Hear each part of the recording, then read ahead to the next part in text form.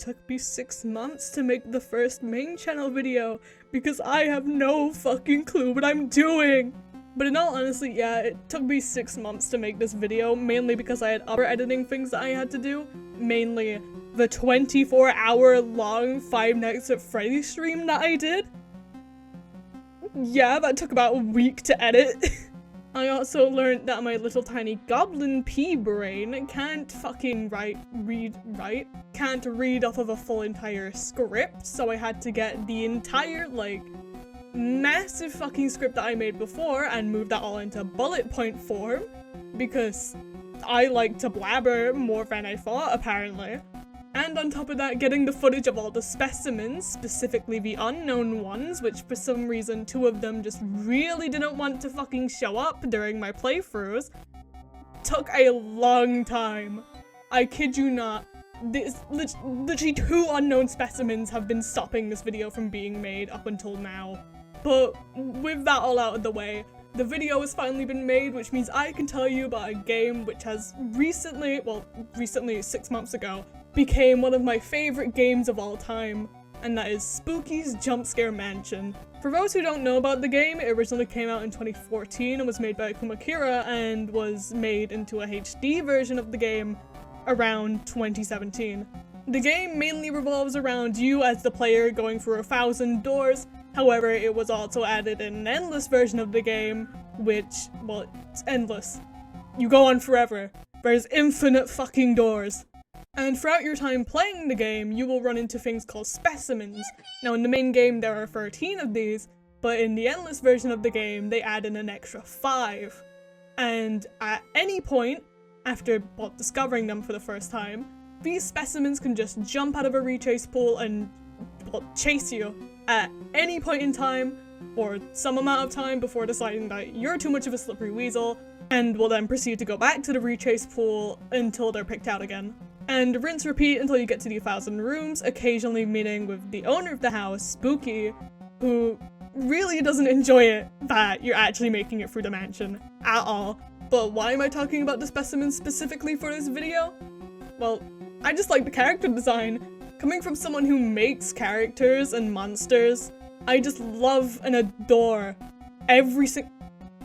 some of the specimens in this game. And what I'm going to do today is bring you through my entire tier list of every single spooky specimen from the main game. Now at some point later in time I might do another video for the Hospital DLC and the Dollhouse DLC, but we'll just have to see how well this video does first. As much as I say this video has taken a long time to make, I have really enjoyed making it. And if you really enjoyed this video, make sure to subscribe and stick around, and maybe I'll make the second video in this series. Also, before we start, I have a main set of criteria for each of the specimens. These include their tier on the tier list, their spook factor, basically just how scared of them I actually am when they appear, their physical description, their in-game characteristics, their locale and music that comes with them, and their death screen. These are mainly the factors that I took in with the specimens, and for each one of them I'm just going to tell you a little bit about them and my personal opinions on them. Basically, why I think that the specimens are either S tier, mega fucking spooks, perfect design, 10 out of 10, love them so much, or I fucking hate this thing, and I think it deserves to be burnt at the fucking stake. But enough talking, let's get into our first specimen.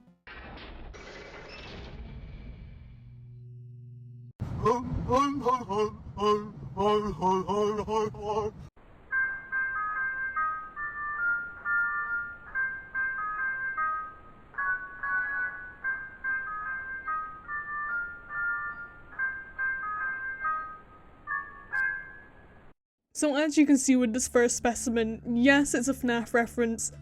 No, that does not mean it's a good specimen. Unknown Specimen 2, also known as Oddity Otto, is our first F-tier specimen on this list, and that is for very good reason. The first of these reasons, being the only reason he's in the game, is because a bunch of FNAF fans just decided to keep begging Akumakira to add a FNAF-themed specimen into the game.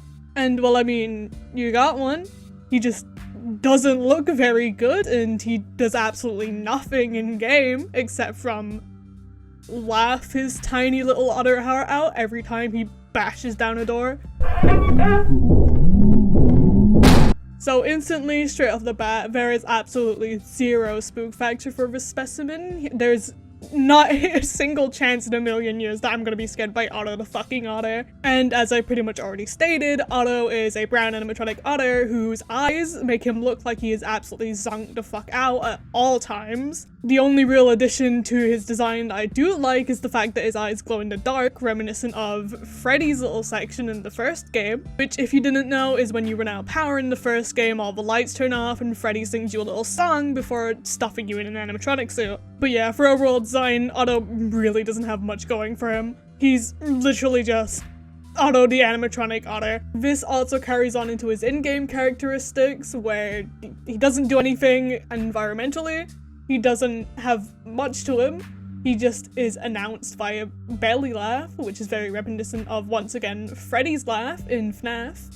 On top of this, he is extremely slow. Like, I think the only way you could actually die to this man is if you let him, which the only way that could happen is if you feel sorry for him. Although I will appreciate his location being very reminiscent of the original FNAF, even including the red lines with the checkered stripes on the wall. Stripes? Those are stripes now. I said stripes, those are stripes now. But yeah, it's very reminiscent of Freddy Fazbear's Pizzeria in almost every single aspect. And the only thing that we really do in this location is walk up to Otto's stage, where there's a piece of pizza just lying out for I don't know how long that's been there, but we decide to eat it anyway. And once we choose to consume this pizza, Otto just decides to come after us. Maybe that was his piece, maybe he was saving it, I don't know, but he was really attached to that piece of pizza, and now he's after us. There is also a cage in the other room, which is a reference to the Dollhouse DLC's clown, which he's sometimes in there, sometimes he's not. You just have to kind of catch him at the right time, I guess. And music-wise, Otto doesn't really have a theme. He just has a little jingle when he's activated for the first time, and we just never hear this ever again. And it's pretty decent. Yeah, that's it. It's pretty decent. Like, and going back to those themes of FNAF, Otto's death screen is just look at it.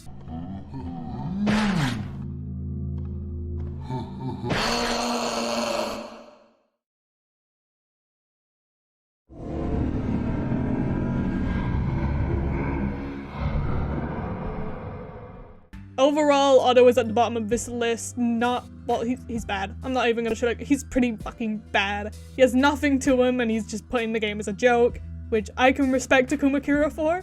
I just really wish that he could have been replaced by somebody else. I'm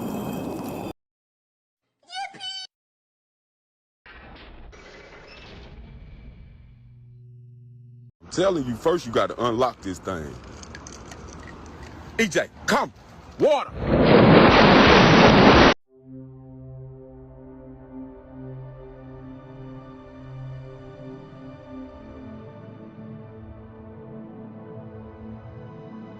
So first of all, before we get started with the specimen, I just want to point out, I fucking hate specimen 13. But Wolfram, if you hate specimen 13, why are they above Otto? Well, here's the thing. This one actually kind of scares me a bit. Otto is a joke specimen. Otto has nothing to him. At least with specimen 13, there is actual substance to her. Still doesn't make me like her at all. She pisses me off every time she shows up. And it's mainly just because I'm an impatient son of a bitch and I'm not a big fan of really slow movement speed. But that isn't any kind of gripe to the actual quality of the specimen. It's just personally, I don't like slow gameplay. It kind of comes hand in hand with having the shortest attention span known to man. Accompany this also with the fact that I have the worst luck known to man, and this specimen showing up way too often for way too long for me makes it so that I really dislike this specimen just because of how shitty my luck is. Kind of like a wrong place all the time kind of thing.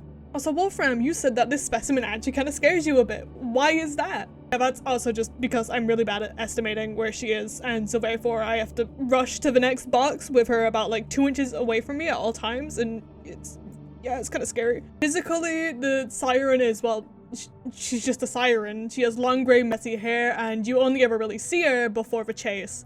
After this, she's just shown as little water ripples? Water ripples to just show you where she is. Which I'd like to say is also accompanied by the loudest water splashing noise I've ever heard. You know what, I did not adjust the level of audio at all during that intro. And since all specimens are most of the time related to some other source of media as a kind of reference, you can kind of see where the Amnesia water monster comes in here. I'm not even about to try and pronounce that name. There's not a time in a million years where I'd get that correct. Kink? Yeah, no. And just like every other Amnesia water monster clone, her gameplay is summed down to she will swim underwater in a set path. If the player is not in a box, she will go directly towards them, and once the player is back in a box, she will go back to this set path. Rinse, repeat until you get away from her, obviously. There are also these little vents that she can go through, which allows her to speed up to you or give you an opportunity to run, whichever way it works at the time. Every couple of rooms, there'll also be a water pump that you have to interact with in order to proceed. And, well, yeah, that's basically it. Specimen 13's locale is a flooded basement, which has notes from a marine biologist talking about how whales are being eaten from the inside out by an unknown thing, which we obviously learn is Specimen 13, but One example of these notes is Research Report 4, which states, "Whale 15D has died much sooner than I expected whilst I was away on holiday. I regret not being here, but I had estimated it would live much longer. The team that did the autopsy said nothing seemed to be wrong with the lungs, but the stomach had a circular hole about 2 feet in diameter all the way through to the outside of the whale, which pretty much confirms a parasite is the cause of death." Yeah, Specimen 13 is not kind to these whales. In order to get through these rooms and to the actual chase itself, all we need to do is find a lantern and then find a code, which we use on a door, which will lead to the water pump that allows us to go through the door that was previously inaccessible due to it being flooded by water. Also, whilst you're going through these rooms, you might come across the whale room, where it's a big room with massive glass windows where, well, a whale passes by. It's whale room. There's a whale.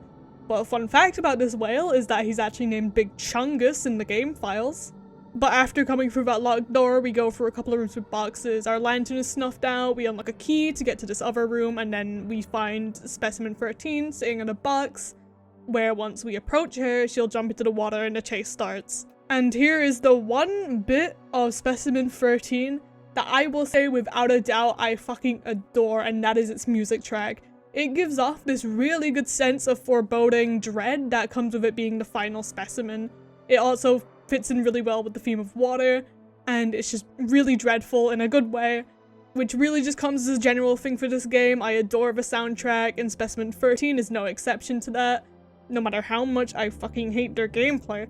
And apart from Otto, who doesn't have a theme, I'm going to be playing all of these Specimen themes in the background, which means you're listening to Specimen 13's right now, and that'll be the same for all the rest of them. And for my one actual real gripe with Specimen 13 is that their death screen is so boring. Akuma Kira, please, it's the last specimen, give us something cool. But Specimen 13's death screen just consists of her being up in your face and then, ooh, she looks spooky now, which is really actually kind of shit compared to other ones like Specimen Freeze, where there's a fully fledged 3D animation. And same with Unknown Specimen 4, who also has a pretty good animation for the whole thing. And I don't even want to mention Specimen 6. We're gonna get to Specimen 6 at some point, trust me. But overall, Specimen 13 isn't bad. I just personally have a very stubborn gripe against its gameplay, personally. It's not bad, but to me, I don't enjoy it personally.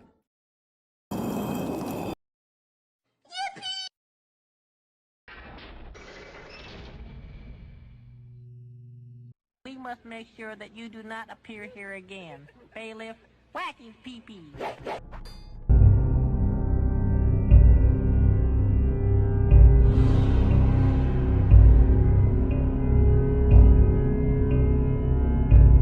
Coming up to our last tier F specimen, I just want to preface that once again, the only reason that this specimen is an F tier is because of the gameplay.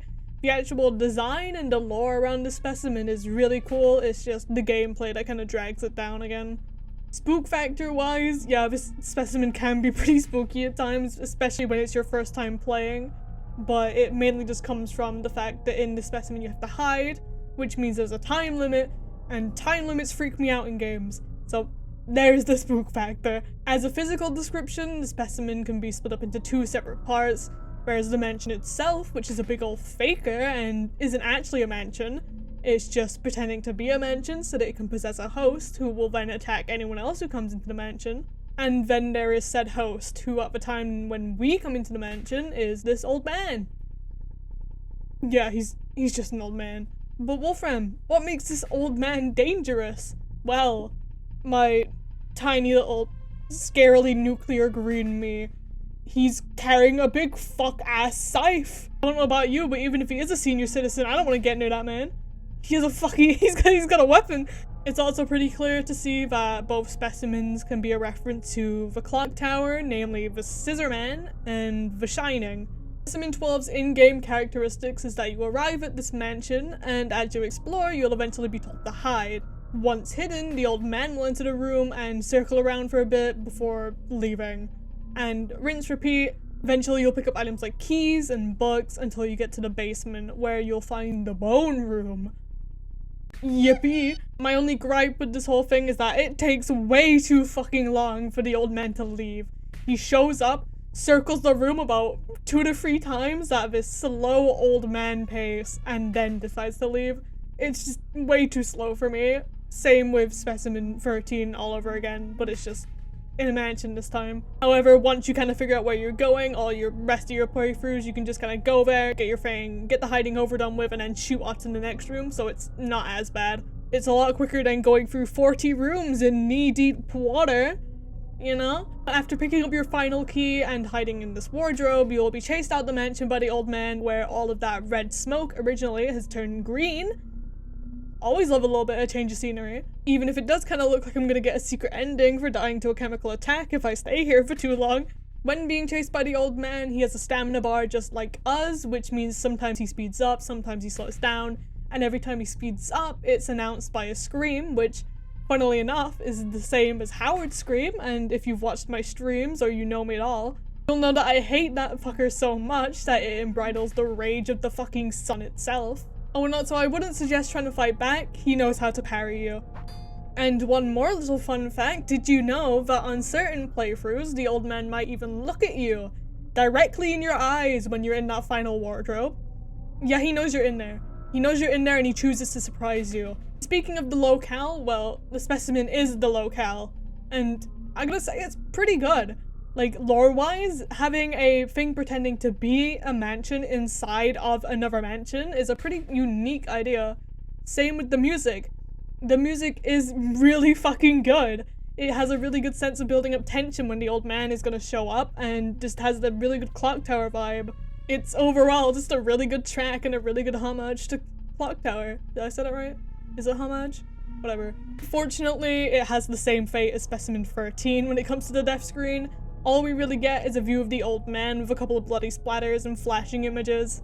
It's pretty boring, but apart from that, all the rest of the specimen is really good, except from the gameplay. If only the gameplay was just a little bit faster, you know?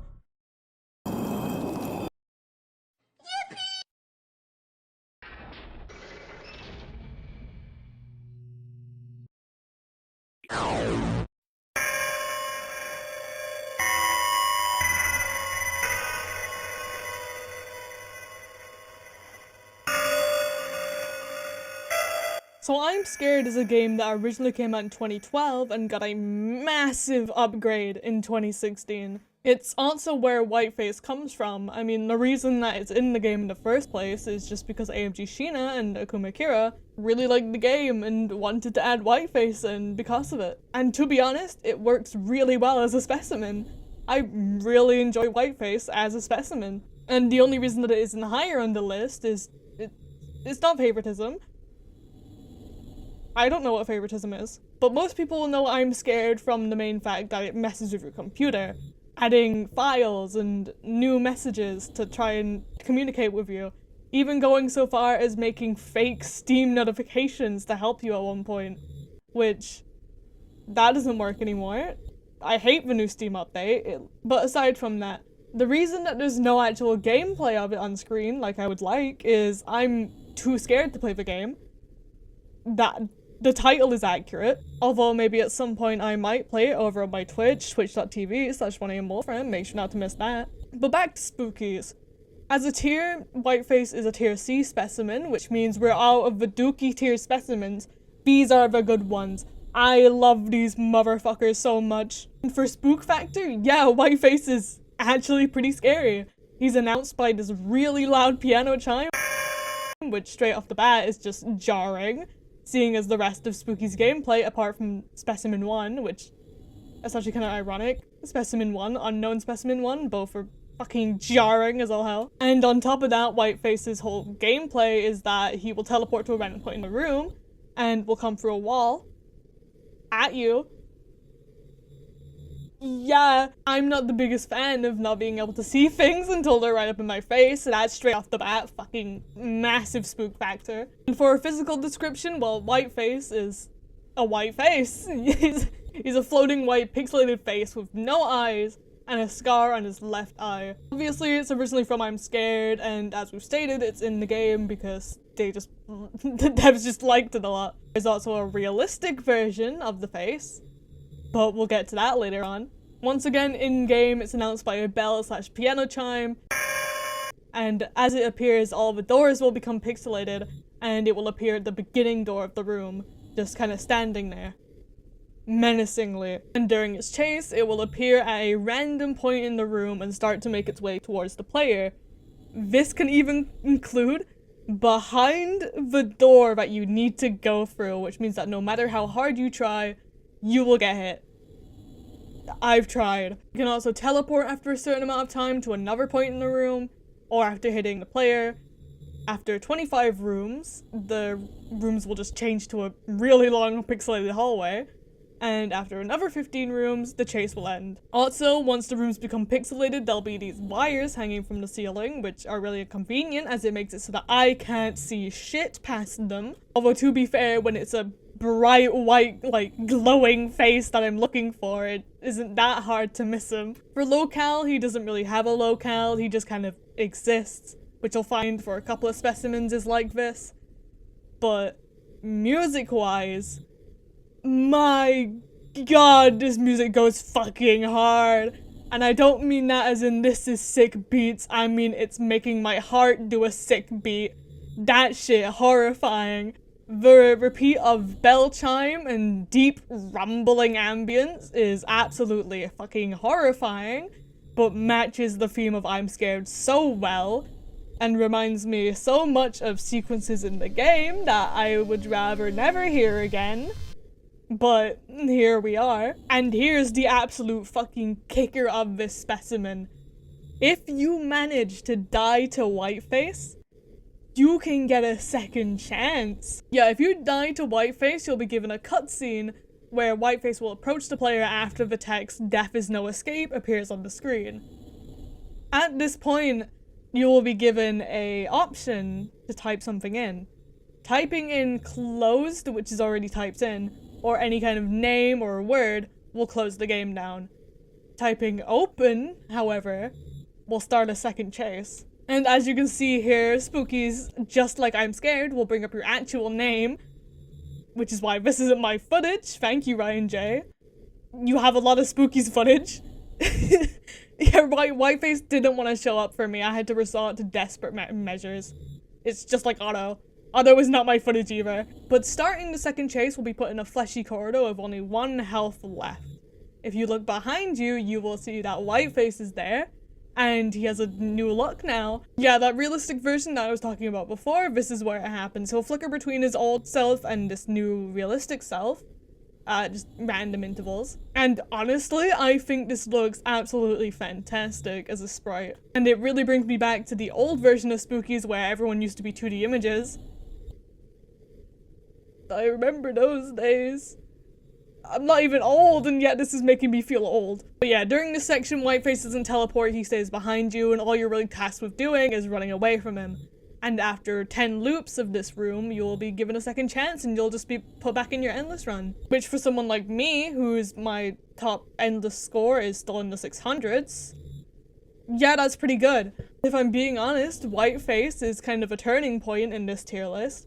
All the three before him have been kind of dookie, to be honest, but past this point, all of the specimen are really fucking good, and I love every single one of them. And if I'm being honest, I couldn't think of any other type of crossover that I could think for this game to have that would make sense other than a game where you're being chased by 2D images at certain points. So overall, Whiteface is a really good addition to Spookies, and I enjoy it a lot. And to be honest, I would say that I'd love to see her also translated into this game, but I think there's already enough women that scare the shit out of me in this game.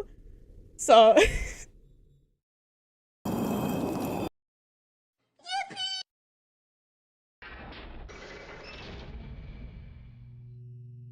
So I'm eating Jolly Ranchers, right? They gave me no blue raspberry, dog.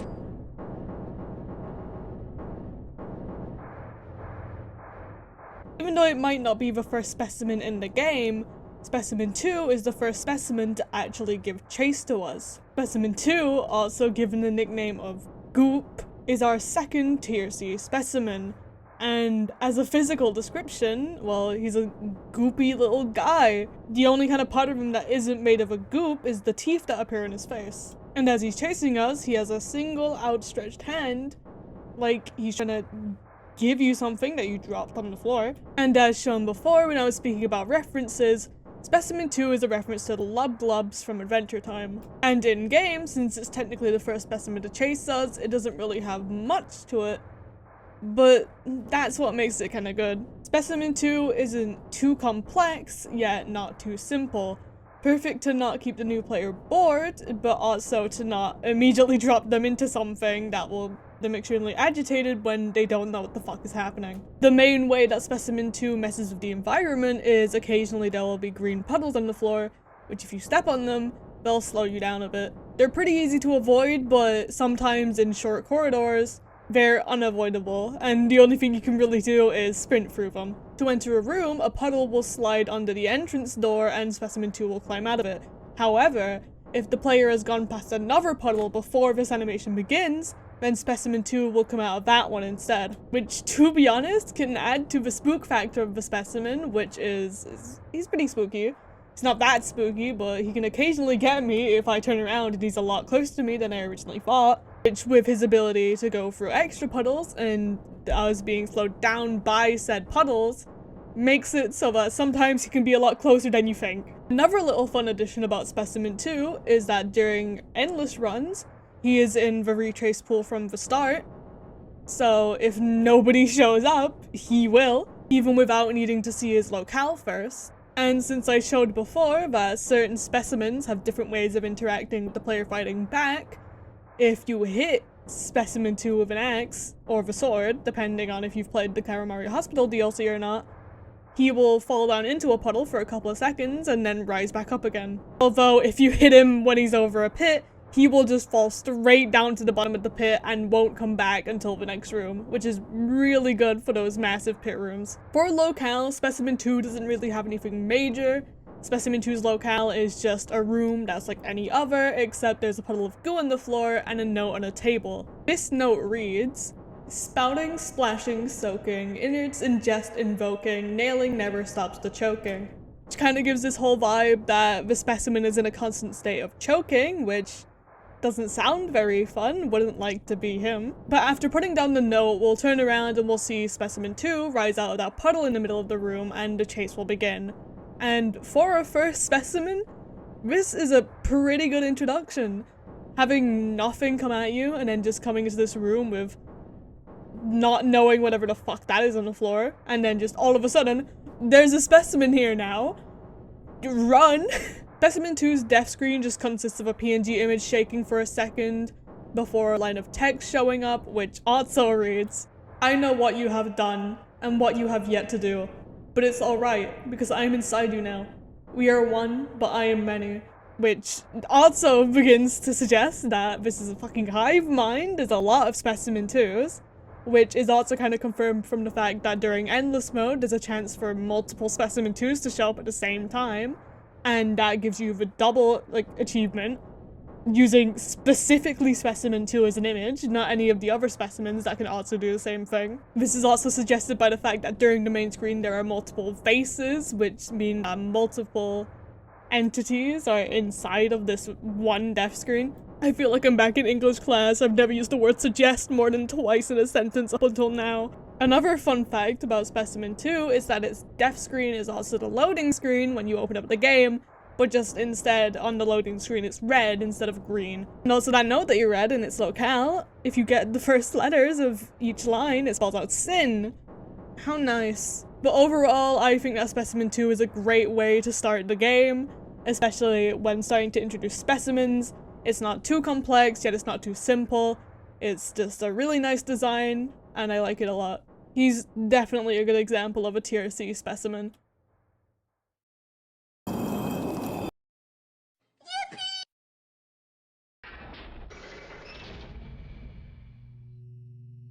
Hold on, something's coming out of here. Look, there's a bird, dude. It knows what's good.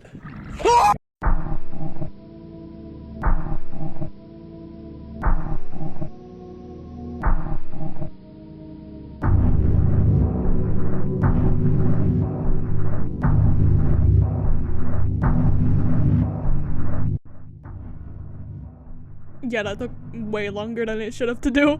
Moving on to our next specimen, we have specimen 3, also called subject 5 in the notes, don't get them confused. Specimen 3 is our first tier B specimen, we're getting into the really good ones now. And spook factor? He's fast as fuck, and that's horrifying. The physical description for specimen 3 is a dark brown spider centipede mutant thing with these big green eyes, which actually make him look kind of cute. I'm not gonna lie, he's actually kind of fucking cute. He's just a little guy for real. But as well as having many eyes, he also has a lot of pincers, which I don't enjoy as much. And possibly the thing that makes me love him the most is that he's a reference to Resident Evil, which, if you know me, you'll know I fucking love any kind of form of survival horror game.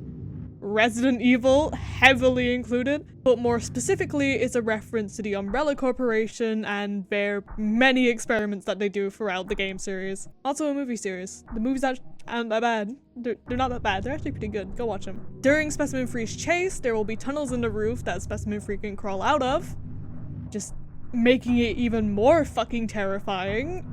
I don't want to be jumped by a big spider centipede. And he is pretty fast, but also it slows down around corners, which is a pretty good way to get away from him, especially in large rooms where there's not a lot of corners. And if you hit him or he hits you, he'll run back a bit to give you a chance to run away. And if there are no holes in the room, say it's too small or the roof is way too high, it will just decide to bust down the door instead. Locale-wise, he appears in GL Labs, which stands for Generic Lab Labs, which is also accompanied by notes from Generic Lab Assistant. And this Generic Lab Assistant leads us 2 notes, the first of which reads, Subject 5 is growing more and more restless.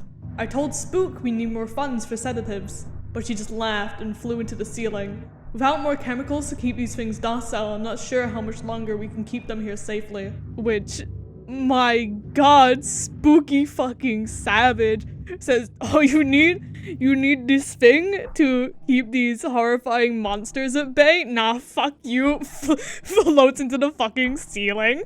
That's just ghost things, I guess. After reading this note, we pick up a key card and enter a long hallway, and after that, we can either pick up a final note and then Specimen 3 will appear, or just completely fucking ignore it and go the whole way down the hallway where Specimen 3 will just show up anyway. This letter is also a really good way of telling what the next specimen's gonna be like.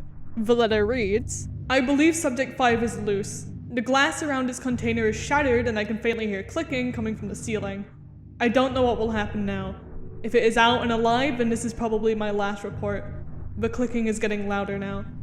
Rest in peace, Generic Lab Assistant.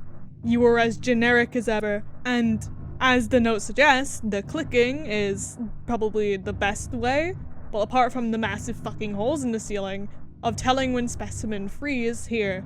Another way you can tell is from its absolute fucking banger of a music track. I'm not even kidding. There's only about like 2 different music tracks that I'll say is better than Specimen Freeze.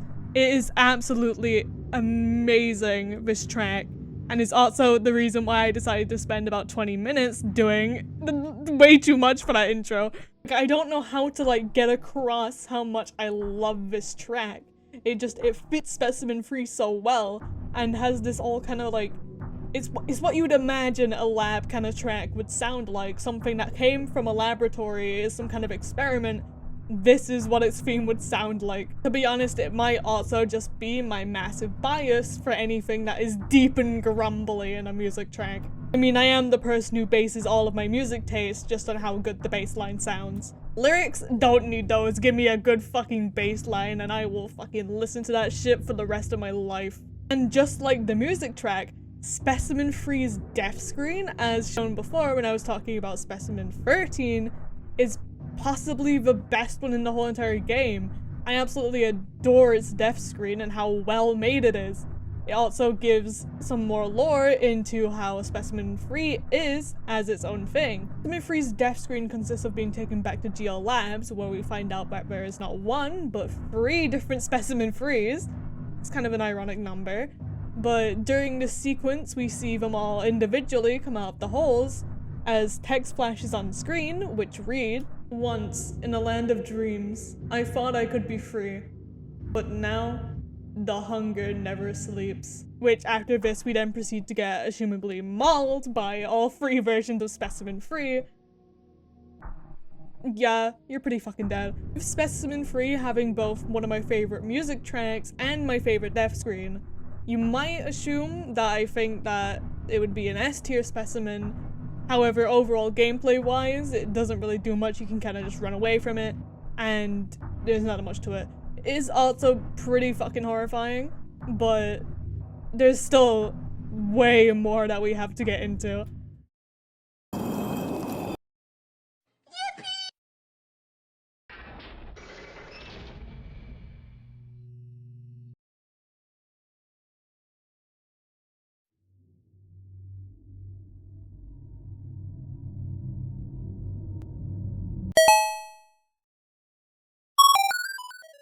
If I'm being honest, I couldn't really think of an intro for a specimen, so we're just gonna get straight into it. Specimen 1, which, unlike Specimen 2, is the first specimen we see, however, it doesn't give chase to us this time, is also actually the only specimen that does this. It's not friendly, but certainly it doesn't kill us. The physical description of Specimen 1 is it's just a set of cardboard pictures, which could include slimes, to pumpkins, to... what the fuck is that? However, in the endless form, it adds in other ones, like this moose, or this face that looks strangely like Nemesis, or this xenomorph. This one's my favorite. I love him so much. Look at him, he has a little face in his tongue, it's so cute. The in-game characteristics of Specimen 1 is they'll just randomly pop out the wall whilst you're walking through the mansion, and play a big, scary noise. That's it. They won't show up in any safe rooms or specific locations for specimens, and they can be accompanied from anything varying to small little noise, or the loudest thing that will blast your eardrums out. But why is this specimen so high up? I mean, it's just a silly little guy, not much to him. Well, that's where you're wrong. Specimen 1 is meant to be a knock to the cheesy and overdone jump scares in most modern horror games. Although, I feel like it's done very well in this way. Like, most of the time when a Specimen 1 does come out of the wall, there is a very high chance that it will actually scare the shit out of me if I'm paying attention. Sometimes even when I'm not paying attention, it's just, they're actually kind of fucking scary, to be honest. Although that might just be coming from me, I'm a very jumpy person. The most inconvenience that you can get from Specimen 1 is if you're already being chased by another specimen, they can block your path. It's a good thing you can chop them in half with your axe, because they're made of cardboard. It can also be used for lore purposes or just general helping you out by having notes, specifically in one specimen chase. We'll get to her later. And a little fun fact is that specimen 1s are more likely to appear if the player is running. Kind of like a punishment for trying to get through the game as fast as possible. The specimen doesn't have any kind of locale or music. You can kind of count room 250 as being the locale, seeing as that's the place where you see a shit ton of them. But apart from that, there's no locale or music, which is a shame. Well, music-wise, I don't think you would have been able to do anything for a piece of cardboard that appears for 1 second. Although if we change music to sound effects, the large variety that Specimen 1 has, like I said, ranging from tiny little cute noises to the most horrendous thing you fucking heard, some of these noises are really good, even though some of them are reused, like Howard's Scream. Yeah, Howard's Scream gets used a lot in this game. It's a pretty good scream, I'm not gonna lie. And obviously, for death screen, well, you can't really die to it, so there is no death screen. However, there was originally thought that the Specimen 1 was going to damage you when it appeared, but this was never added into the game. Although it would have given me more of a reason to absolutely fucking slaughter them anytime they show up, because they didn't scare me. I don't know what you're talking about. I never get scared. This thing's just stupid and got in my way. But yeah, the main reason why this specimen is so high up is just, I like the fact that they don't chase after me. And it's just like a little jump scare. I mean, with a game with a title of Spooky's Jump Scare Mansion, you'd kind of expect there to be jump scares. But having it in the form of these really stupid looking cutouts is just really fucking silly to me, and I love it so much. Also the fact that it's a knock to the really shit jump scares in some modern games, especially around the time that Spooky came out. There was a lot of just jump scare games then. And I know that not a lot of people will agree with me putting Specimen 1 so high on the list, but just look at this little guy. Who can say no to this face?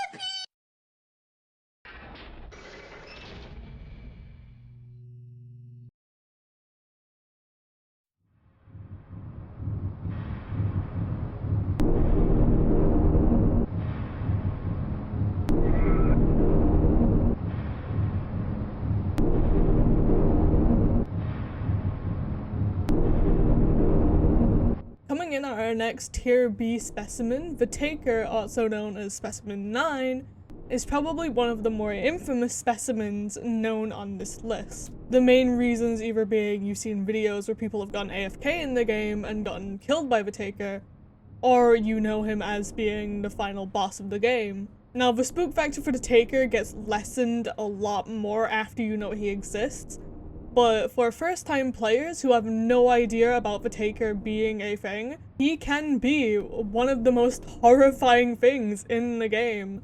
I mean, I should know, the first time I ever played the game, I was like 8, and yeah, I remember him giving me a nightmare for like the next 3 days. And so far, I don't think I've had any nightmares about Specimen 1 coming to get me in my sleep, but you know. Just overall, the Taker is really scary as a specimen, just because of my massive fear of the unknown. Not knowing that something exists and having it come and get you for a reason that you don't even know about yet is a horrifying idea. On top of this, the rendering style of the Taker's sprites also really freaked me out when I first saw him. I don't like really overly saturated things. I should know because I remember having the most intense nightmare I've ever had in my life after looking at the Mario ROM hacks. You know which one. The Taker's physical description is a lot like that image from the Mario ROM hack. He's a red and black render of a head that's missing the rest of his body and overall just looks really fucking freaky. And also, if you can't already tell by his design, he is a reference to NES Godzilla, which is another thing that freaked me out a lot as a kid. In-game, there's only 3 ways that you can see the Taker, and that's by either standing still for too long, 1 minute and 10 seconds to be exact, and by standing still, it means not touching a single button on your keyboard or your mouse for exactly 1 minute and 10 seconds. Which, say you go and get a snack for a little bit too long, you're gonna get taken. Another way of seeing the taker is there's one specific room that has an endless hallway. Going down this hallway, the walls will start to get narrower and narrower, which already is scary by itself, but eventually if you keep on going, you'll get stuck. And then, well, the taker shows up and you know what happens then. You get taken. And the final way of seeing the taker is all the way at the end of the game, where Spooky approaches you and congratulates you for getting through 1,000 rooms before saying that before you can leave, you need to do one final task to show your dedication.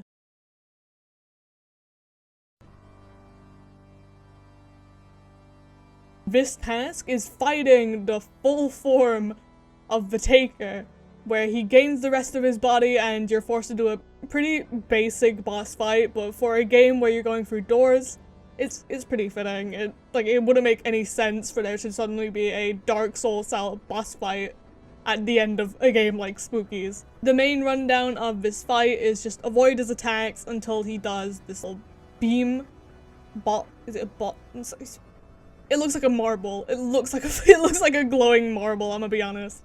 When that comes at you, you just parry it back at him. He'll come down for a second and then you beat the ever-loving shit out of that man. Repeat until, well, everything explodes. And then, in the end, you find out that the roof collapsed and that's how you died. And you become one of many who have also died in the mansion, which, to be honest, it's a pretty fitting ending to a silly little game like Spooky's. I mean, even the fucking end card says, did you really think this was gonna end seriously? However, this isn't the only ending that you can get after beating the taker. If you go for the game and you use your axe too much, you'll be giving a bad ending instead, where after beating the boss, you will be turned into a specimen yourself. Yeah, in this ending, instead of the roof collapsing in on you, Spooky congratulates you and compliments you on how good you are at using an axe, and then, well, you proceed to become the next specimen. There's also a secret cameo of the taker in the Dollhouse DLC, where if you try to leave early on an elevator, he will, well, the elevator breaks down and you get taken. Except this time he has a different render, and I'm gonna be honest, I fucking love this new render. It makes him look way more horrifying than he did before, and honestly, it just looks cool. I like the way it looks. The only rooms where the specimen can't get you is in safe rooms or in the arcade room, because, well, you have to stand still for quite a bit of time during both of those rooms. Maybe not the safe room, but definitely the arcade room. Don't think you'd be very happy if Specimen 9 interrupted your game of Pac-Man. And another little fun fact about Specimen 9 is after the first time it has killed the player, if you go and check its cat dust entry, it will now display no type, and the fatalities will count the amount of times it has killed the player in that playthrough, and its method will just be replaced by to take the dead over and over again. There is also a very specific Easter egg involving Specimen 9's cat DOS entry. If you go to any cat DOS after room 900 and click on modify house layout 6 times, then go to Specimen 9's entry, you'll be able to see entries relating to Akumakira's other pieces of work. These include the Mattress Man and the Dolphin from Akumakira's past Gmod maps, lines from Space Blaster, and Peina from Akumakira's Day Off. Also, another little fun fact about Specimen 9 is according to the cat DOS, before you die to Specimen 9 for the first time, it will read fatalities at being 362, which is the most out of any other specimen in the game. Per locale, Specimen 9 doesn't really have its own location, it's more of you could just count the endless hallway or its boss room as being its locale, but it doesn't really have the same type of locale as the rest of the specimens. And like I've said before, the endless hallway is absolutely horrifying. The way that just the walls close in on you as you're walking down is horrifying. And I'm not even claustrophobic, and that makes me scared. And well, with the boss room, there isn't really much to it, it's just a room. It's just a big room.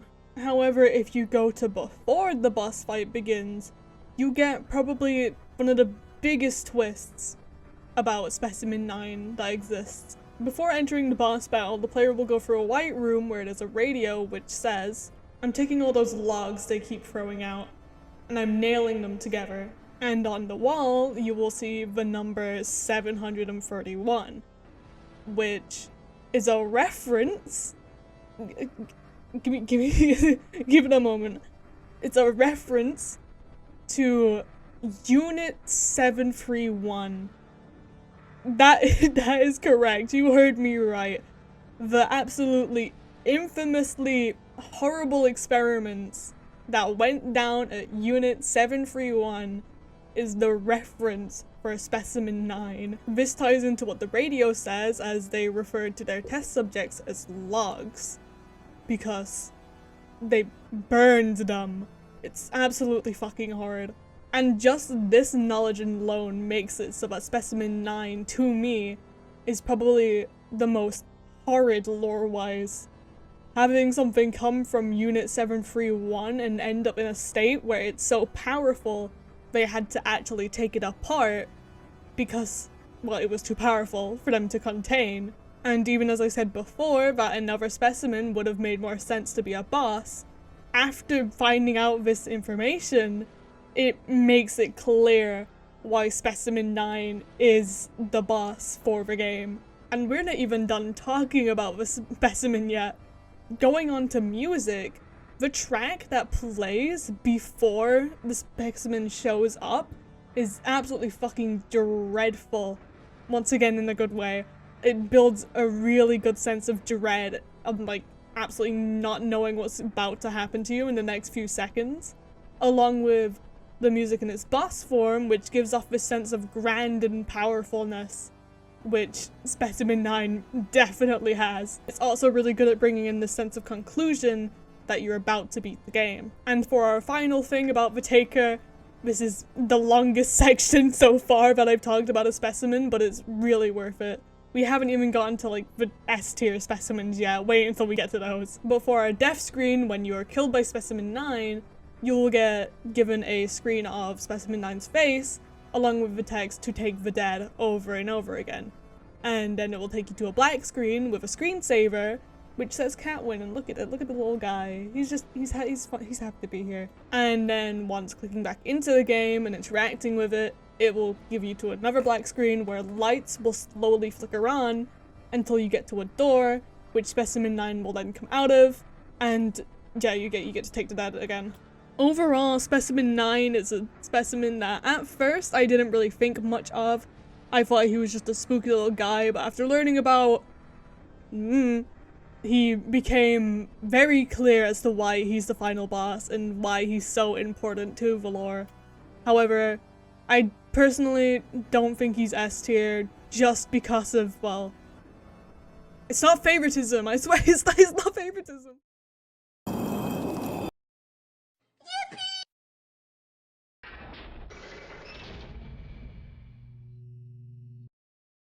Well, hello there. This place can help those who are ready.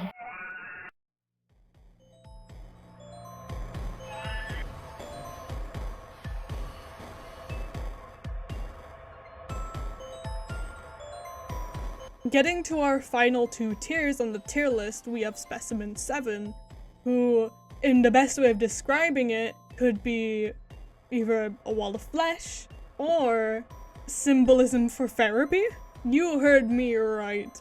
This specimen could very well and completely be symbolism for therapy and trauma. Now, unlike the other specimens on the list, I'm gonna go through this one in a different manner than what we have last time, taking the physical description and in-game characteristics and me just explaining to you how the specimen goes, encountering it in-game. Coming to Specimen 7's locale for the first time, we go across a line called the Threshold of Consciousness.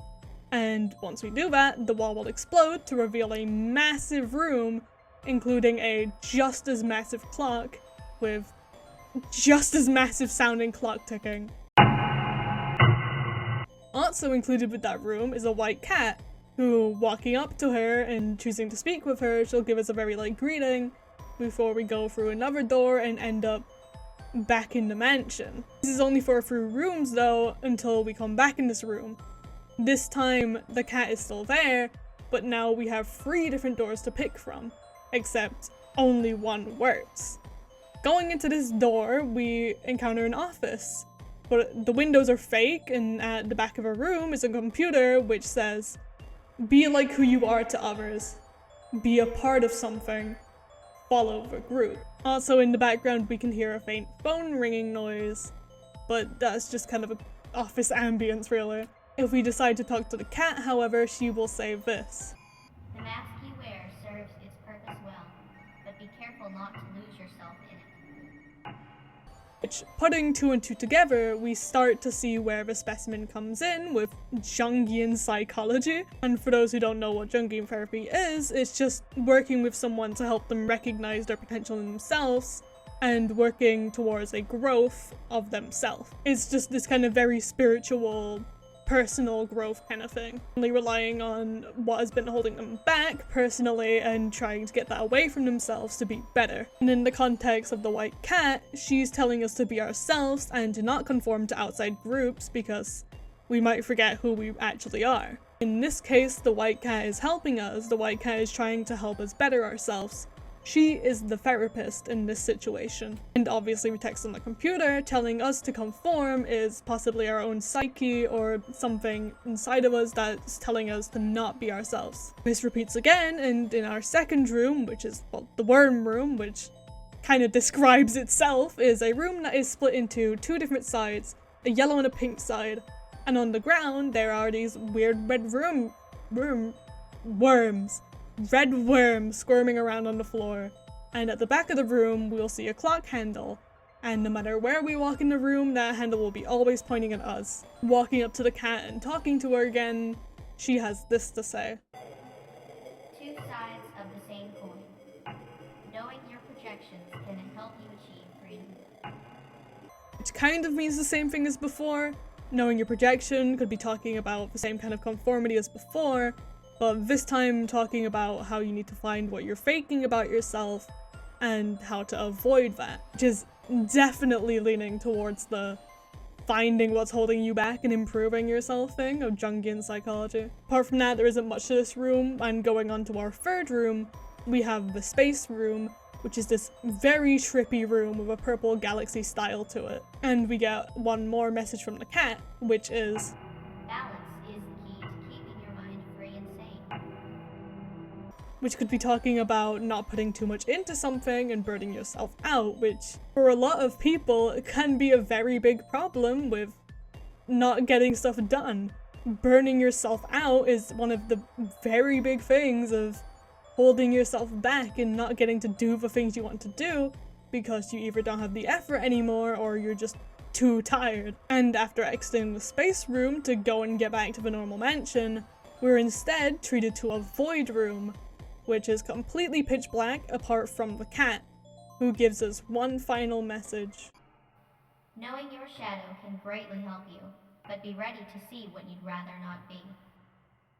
And after going through this door that just happens to randomly appear now, we get to see what she's talking about. And the whole meaning of this specimen and what it's been building us up to gets itself made very clearly. Coming through this fleshy tunnel and out into a maze, we are then treated to some very not so nice images on the wall. Don't keep looking at them for too long, as what is now chasing us is this massive wall of flesh, which honestly, it's not that fast. You can run away from him pretty easily, but get lost on a turn and come across a dead end, then you might be in for a bit of trouble. And unlike most specimens, getting hit by this wall of flesh is an instant death. But if you manage to get away from the specimen, what you'll find is it never comes back. There is no rechase cycle for Specimen 7. Not even in the endless version of the game, there is no rechase whatsoever, which is why it is revealed, if you didn't figure out before, that the whole meaning behind Specimen 7 and this wall of flesh is, well, therapy and trauma. The white cat in this instance is our therapist, and the wall that ends up chasing us at the end is our past trauma, which, after previously coming across specimens like Specimen 5, who in their cat dust entry says that they're very effective against those with mental trauma or weak wills. which just proves that our character has some form of mental trauma, which is also why I put the specimen so high up on the list. It's so unique compared to all the other gameplays that we've had, and compared to specimens like Specimen 12 and 13, the gameplay is not slow in the slightest. This is like the perfect pendulum between too slow and too fast. It's just right. It isn't about some big scary monster coming to chase us, nor is it hiding or being slowed down by something.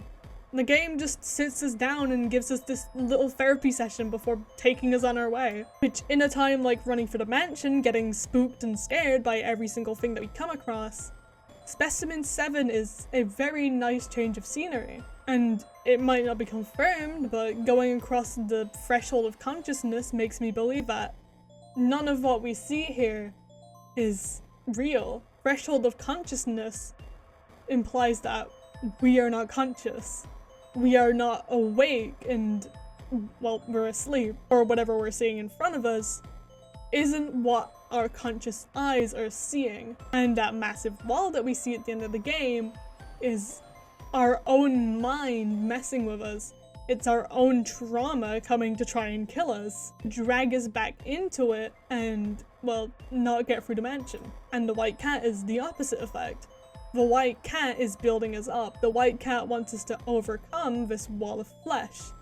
She wants us to get over our traumas, which is what happens after exiting the specimen and, well, escaping from the wall.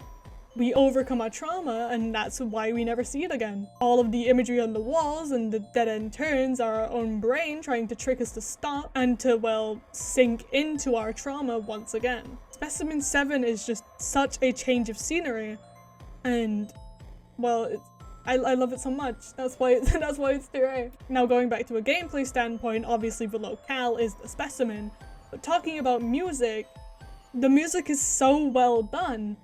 Our eyes aren't agreeing with what we're hearing. What we're looking at is this horrid monstrosity that's coming to get us. However, the music is this really cheery, pixely tone. Obviously, like, with a little bit of dread behind it, but the music itself just doesn't match what we're seeing, and that's what makes it good. And moving on to death screen, there is no death screen, it just uses the default death screen when you get killed. Apart from that, Specimen 7 is such a well-crafted specimen. I really like Specimen 7 and what it represents. Having it be so different than all the other specimens that we come across so far, and instead of chasing us immediately, or giving us this horrifying environment, it just helps us a little bit. However, of course, we cannot stay in this place, and we have to get back to the mansion eventually.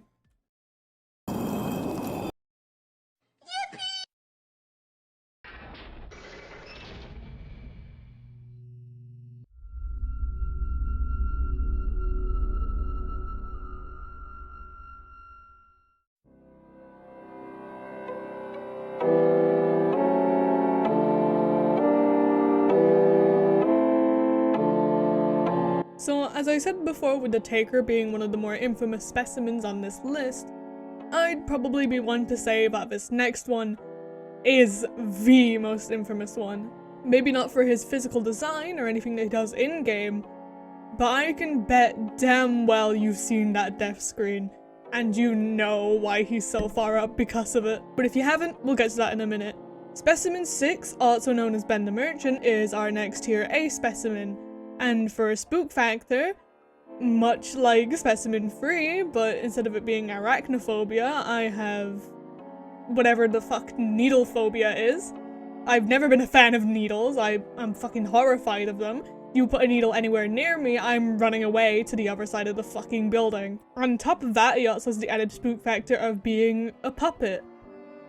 And if you also know me, you'll know dolls and puppets and anything that's like that also will make me run to the other side of a fucking building if I manage to see one. But continuing on with physical description, yeah, Ben is a life-size puppet with pure white eyes and a really creepy smile, which will sometimes occasionally change when he moves, and of course, most importantly, he has a massive fucking needle in his hand. And as you can tell, generally by the low poly design and, well, his whole general vibe, including his locale, Specimen 6 is a reference to Legend of Zelda Majora's Mask and the old Zelda games, but most importantly the creepypasta Ben Drowned. The in-game characteristics of Specimen 6 is a lot like the Spooky Peanut from the SCP series. After entering a room, the specimen will appear behind you and it's up to you to turn around and look at him so that he doesn't stab you in the back.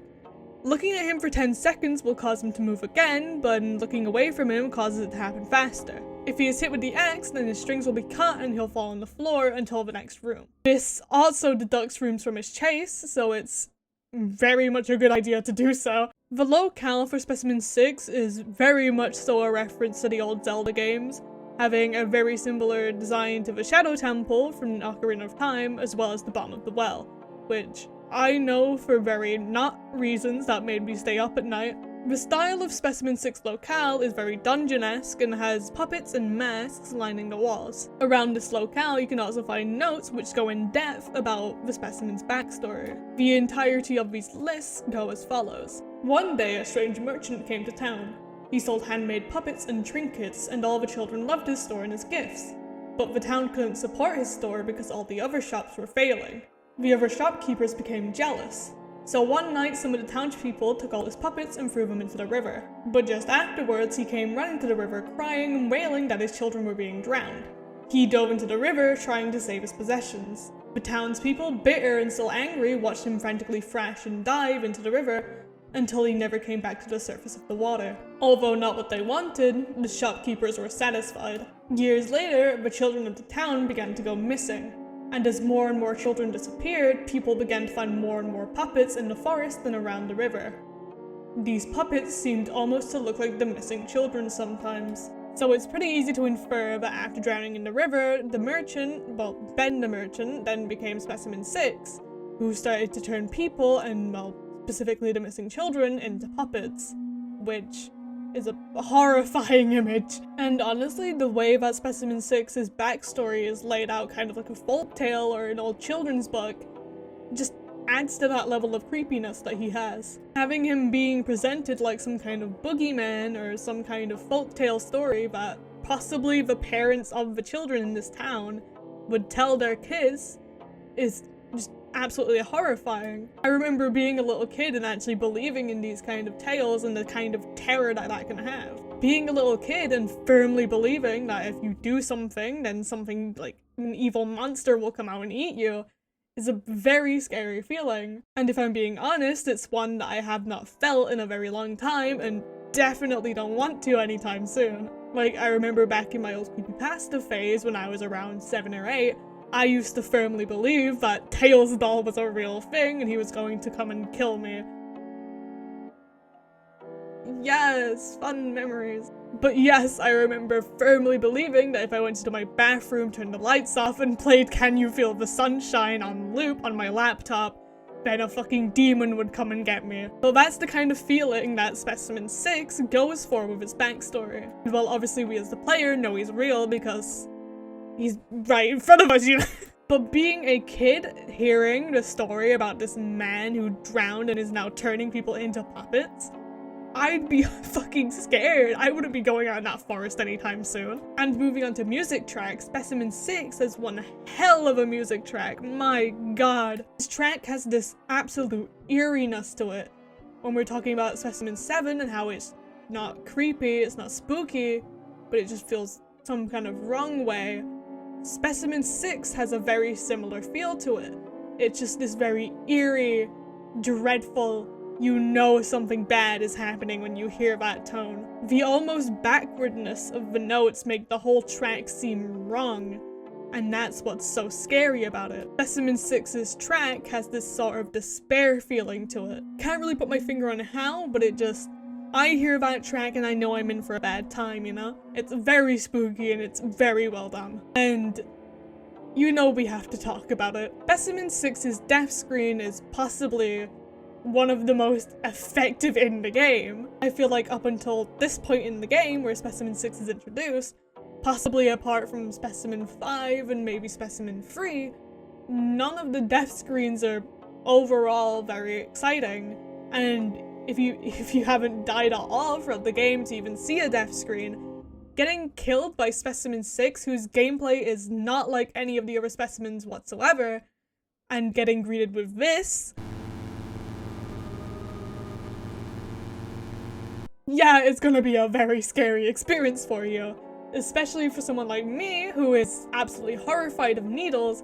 Seeing this death screen for the first time absolutely fucking horrified me. And I know I've been using the word horrified a lot during this video, but this time I mean it. The soundtrack that plays along with the very visceral image of having a needle sewn into your eye is just... And if I'm being honest, it's probably the most memorable death screen out of the whole entire game. I mean, I don't think Specimen 13 and her shaky images is gonna be scaring anyone anytime soon.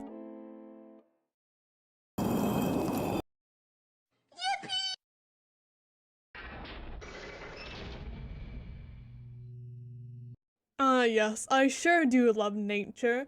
The trees, the grass, the fox woman trying to kill me. Wait, what?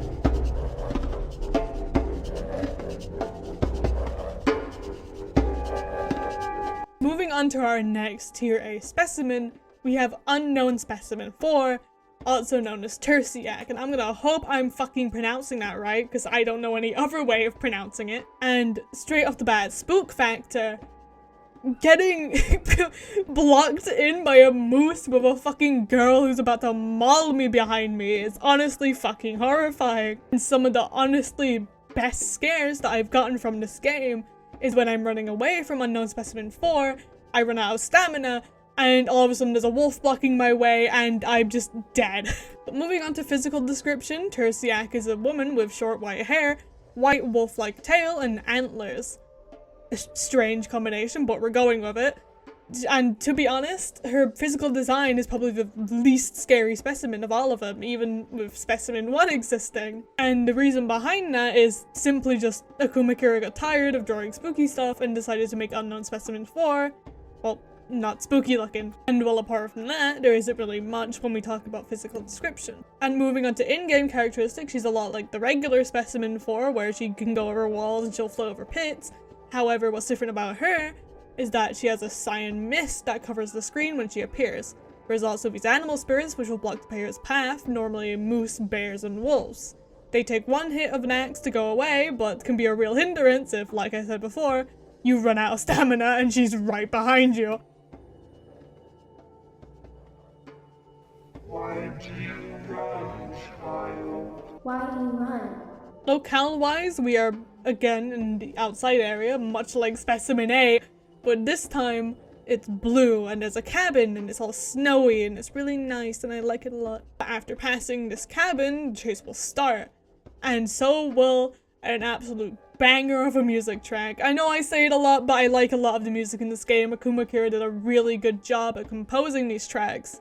They just fit the specimens really well, and they're just so well made. And I've found that I just like to casually listen to them whilst I'm, well, drawing or editing or whatever I'm doing, which honestly makes things about 10 times scarier, and so therefore they get done about 10 times as fast. And for death screen, it's also really well made. After dying to Unknown Specimen 4, we're put in the middle of this forest where we are then proceeded to be mauled by wolves. And then, that's a great sight. While Unknown Specimen 4 might not have a lot going for her, she doesn't really have any parts of her that I see as being bad, and so that's why she's put so high. All of her stuff is either good or higher, which can't be said for some of these specimens that we're about to see. Yeah, overall, Tersiak is just a good, well-rounded specimen. That's why she's so high. And also, did I forget to mention that she's based on more folktales, just like Specimen 6? However, this time it's more specifically the Foxwoman and Skinwalkers, as well as Wendigos, which, if you know me, you will know that Wendigos are my favorite type of folktale. I just think they look really fucking cool. If you want to guarantee that I'm going to like a monster design, just make it look like a Wendigo, and I will eat that shit up any day.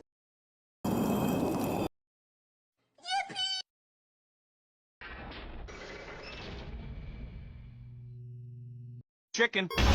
We'd like to take a moment to announce that all our food keeps blowing.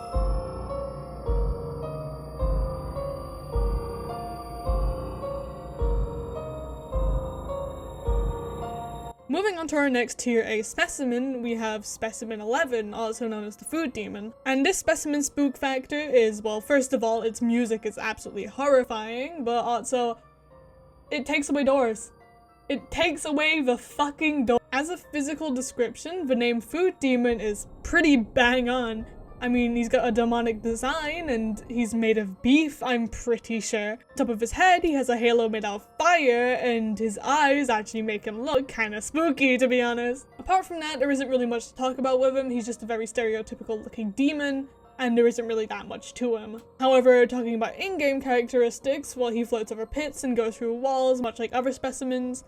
But most importantly, he can make the doors of the room disappear. So you better hope that you know the layouts of the rooms that you're walking through, or you're basically dead. If you try and hit him with an axe, then he'll just warp away, and sometimes, occasionally, we'll get hallucinations of weird cows. But the main hitting point of this specimen, and why he's so high up in the list, is his locale. First entering the locale for specimen 11, we end up in a fast food place, which after walking around for a bit, you can see that they really want you to believe that their beef is 100% beef. But after carrying through this area, we find that we can't really progress anywhere without going into the fun tunnel. And after wandering around there for a bit and seeing very questionable things. I mean, I don't remember the tunnels being this scary when I was a kid. I also don't remember there being massive pits with chains going through them, but times change. But either way, after coming out of the fun tunnel, we have our new key and we end up in a freezer. After grabbing a key in the freezer, the chase begins, which instantly, straight off the bat, is horrifying just due to the music that the food demon has. Hearing that start playing for the first time was absolutely horrifying for me, which doesn't get any better after coming out of the freezer and seeing, oh, that is an actual fucking demon. And then obviously after this point, we'll leave the fast food place and the chase continues on. But I want to stay in this fast food place for a little bit longer to talk about what's really been going on here. Obviously, looking at specimen 11, there's some very religious themes going on, but it gets so much worse. There are 6 notes overall, and they're left from a past employee of the fast food place. Note number 1. I was anxious getting a job here at first, but it seems like things are getting better. This chain is actually expanding, which is a shock because just last week I heard this company was going broke. Every day, more and more people show up to eat here. Something still sets me off about this place and its food though, so I'm gonna try not eat anything from here. Note number 2. Today was a weird day. The average number of orders continue to rise as it has been, but I don't know about the number of people. Today I saw someone use the drive-thru and order a lot of food for one person, and then about 10 minutes later they were back. We ordered the exact same meals and then they left again. Then after another 10 minutes they were back again. Maybe they're just delivering food for a party or a hotel, but it worries me for some reason. Note number 3. Well, I broke my one rule today. The management doesn't give out actual lunch breaks, so I can't go anywhere and they won't allow outside food here. I mean, they actually screamed at the last customer who did that. Anyway, I had a burger. It wasn't bad and I don't feel sick, so I might get a few every now and then. Note number 4. This is strange. I had a dream last night about this restaurant. I know I was here, but I also felt like I was in another place at the same time. Everything looked so wrong. Nothing was the right size and I kept hearing these strange animal noises, almost like wailing. I guess I just feel guilty for eating that burger the other day. Also today I saw that man again, the one that kept ordering every 10 minutes. Except this time he didn't even leave the parking lot. He just got his meal, parked, and then got back in line. He must have done this at least 8 times before he left. Note number 5. Today there was a horrible accident. At least, that's what the managers were calling it. One of the other employees bought in some outside food and got into a fight with the manager about it. The employee said that the burgers here smell like sulfur, and then I watched the manager grab the kid's neck and shove his head onto the grill. The employee got up and ran out before anyone could do anything, and I'm told that he's fine, but that really shook me today. Note number 6. I'm leaving. I fell asleep in my car today after eating one of those burgers. I remember brief flashes of a man or an animal coming towards me and feeling like some huge lumbering thing was wailing from deep underground as I continued eating. When I woke up, I was fine, but I veered off the road. I don't know if it's some weird allergic reaction to the preservatives they use or something much worse. but this is my last day.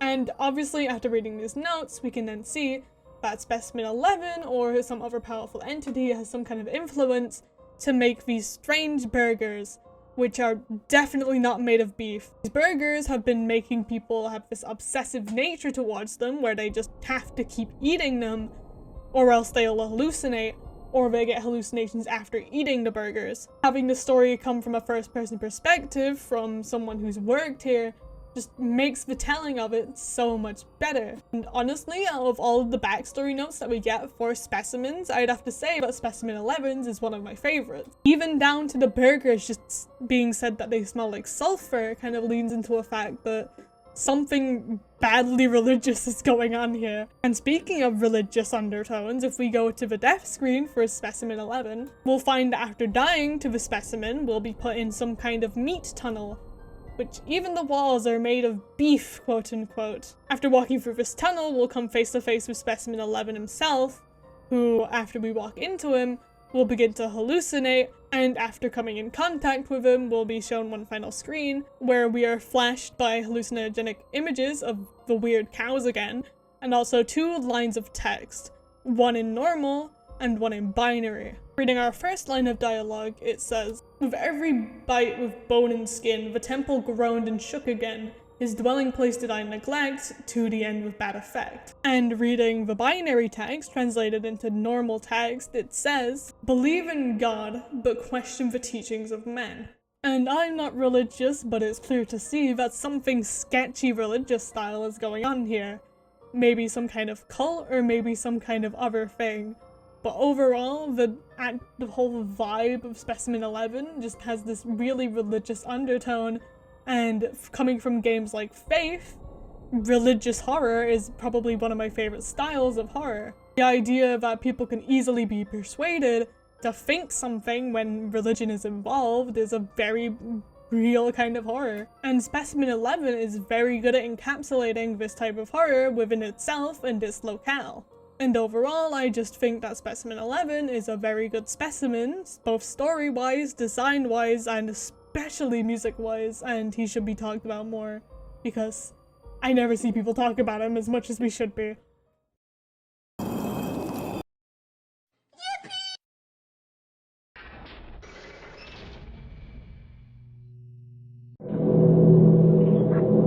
Get the fuck out my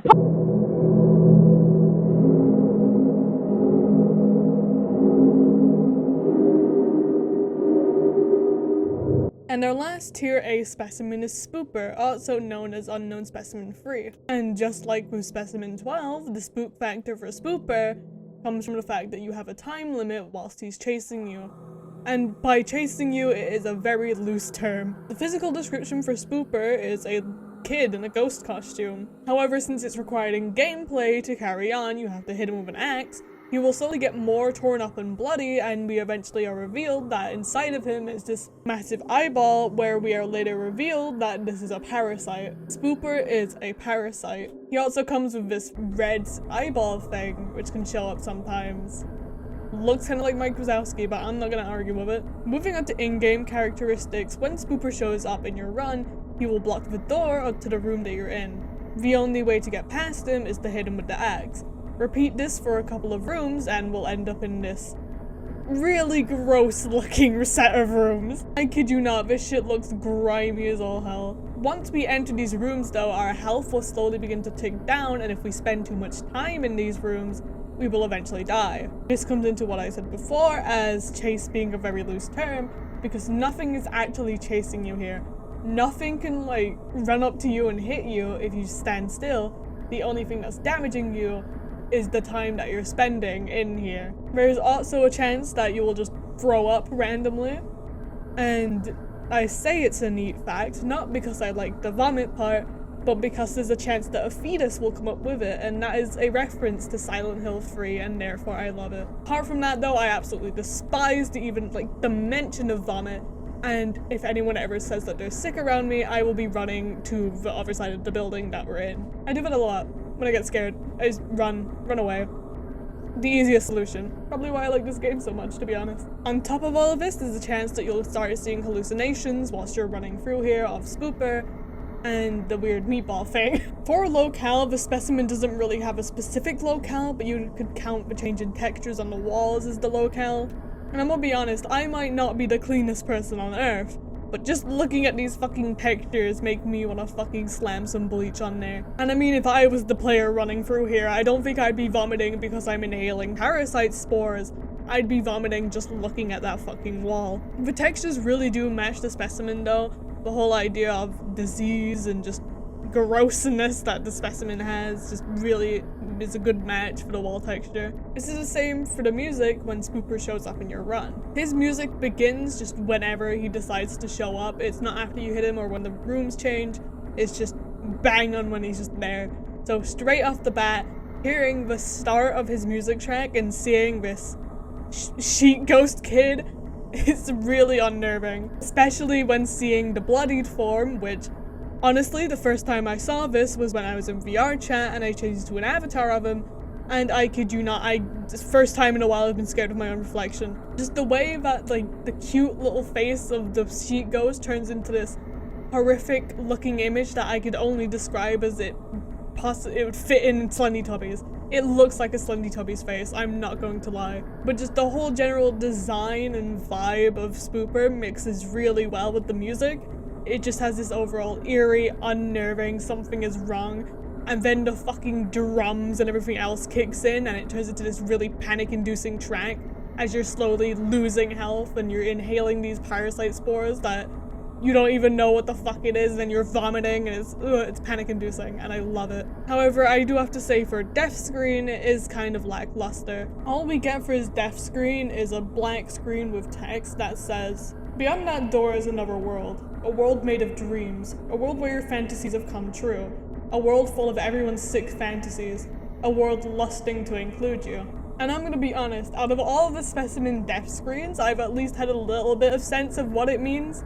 I don't know what the fuck this means, especially in the context of Spooper. I have no idea what the fuck it means. But apart from that, Spooper is a really nice specimen. I love it a lot. The idea of a parasite specifically, I love parasitic horror. It's just something about it is so much more horrifying compared to other types of horror. I mean, take an example, things like The Thing and, well, even another specimen in this game. The idea that a parasite could be inside you and you have no clue until it's too late, same with the others around you. That's the main reason why I was so scared whilst watching The Thing for the first time. The idea that other people could have a parasite in them and they could be the parasite themselves, and you have no idea until it's too late, is a horrifying concept, and that's why I like Spooper so much. Because it's a parasite. As well as this, I'm a very big fan of gritty textures. I mean, I'm the person who spent about 5 hours in a VR chat recreation of Silent Hill 2, just looking at a fucking wall, just appreciating the texture. Just overall, the whole general vibe, music, the locale, just everything about Spooper just makes him so well done. Even if I don't know what the death screen means, but apart from that, everything else is really cool, and he deserves to be an A-tier specimen in my eyes.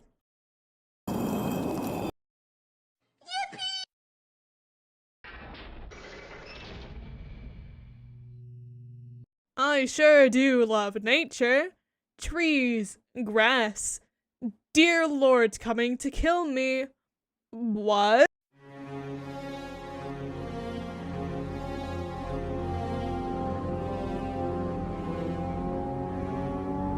So coming into our last 5 specimens, we're moving into S tier, and for our first S tier specimen, we have Specimen A, also known as the Deer Lord. Now for spook factor, there's a lot of things that can be spook factor for Specimen A. First being, just look at him. Second of all, he's fast. Third of all, we'll get to that one in a minute. For a physical description, he's a tall deer man with a long black cloak and many antlers.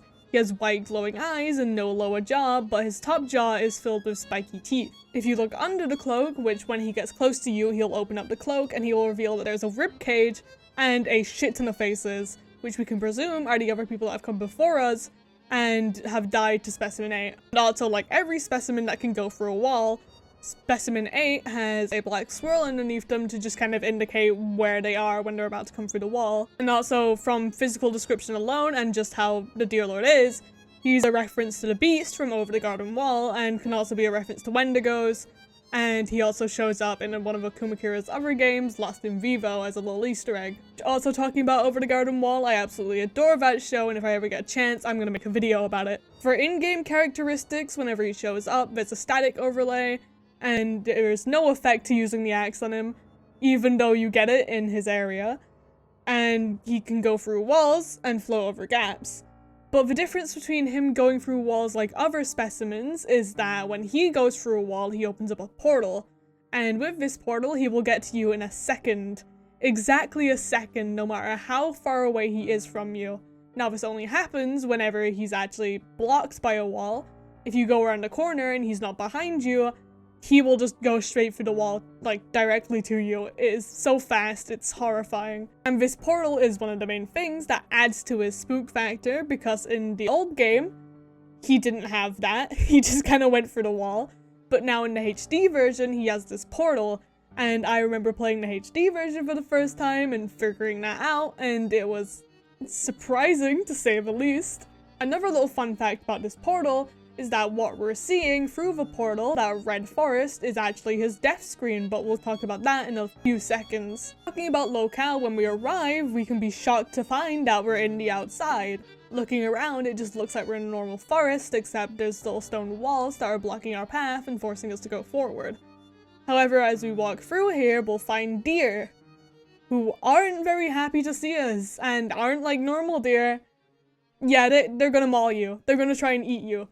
They're killer deer. But after going past the deer, we find an axe, which can be used on certain specimens.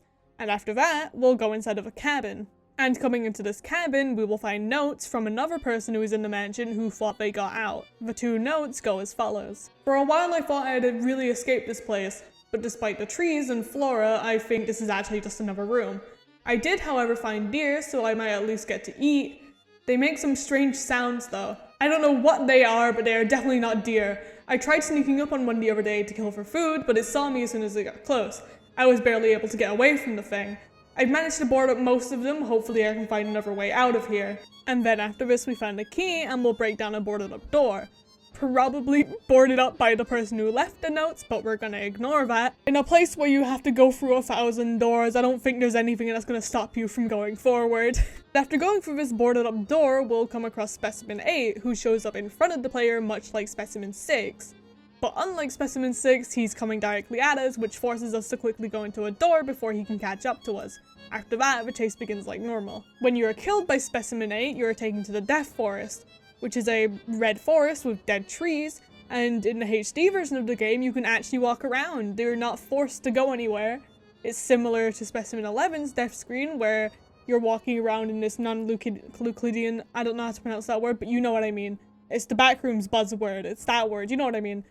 But instead of walking through this meat tunnel, we're instead walking through this forest, where we eventually come across Specimen 8, where we walk into him and choose to let ourselves die to Specimen 8. And from then on, it's very easy to presume that we just kind of become one with the many faces under Specimen 8's cloak.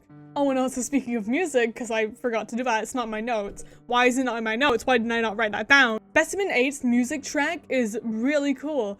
Speaking of that Over the Garden Wall feel, it very much matches that show with a very nice set of violin. And it's honestly a really nice difference to all of the really eerie and spooky tracks that we've been hearing so far. It's not like the eeriness and creepiness that's supposed to be spooky, like tracks from Specimen 5, Spooper, etc. And it's not supposed to be too cutesy to be unnerving in that way, like Specimen 7 and Specimen 4. Is just really nice. It really matches the kind of like calmness that a forest would have if you just choose to ignore the giant deer man coming after you. Also taking into account his voice line, Specimen 8 has this whole vibe of surrendering to Specimen 8 itself instead of it coming to get you. Even including in the death screen, we are the ones walking to Specimen 8, which really gives off the vibe that he is a deer lord. I mean, even when we are hit by Specimen 8, we are given a bunch of visuals and hallucinations, which kind of give us the vibe of wanting to join Specimen 8. Even if we were just going off of soundtrack alone, I would say that Specimen 8 is one of my favorites still. and definitely deserving of a tier S specimen.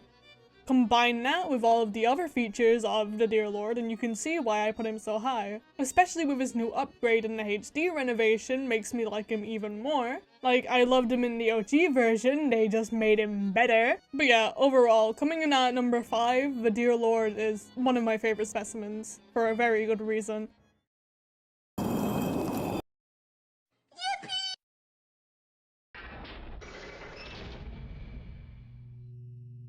Hey, how y'all? Get your fucking dog, bitch! It don't bite. Yes, it do! Get the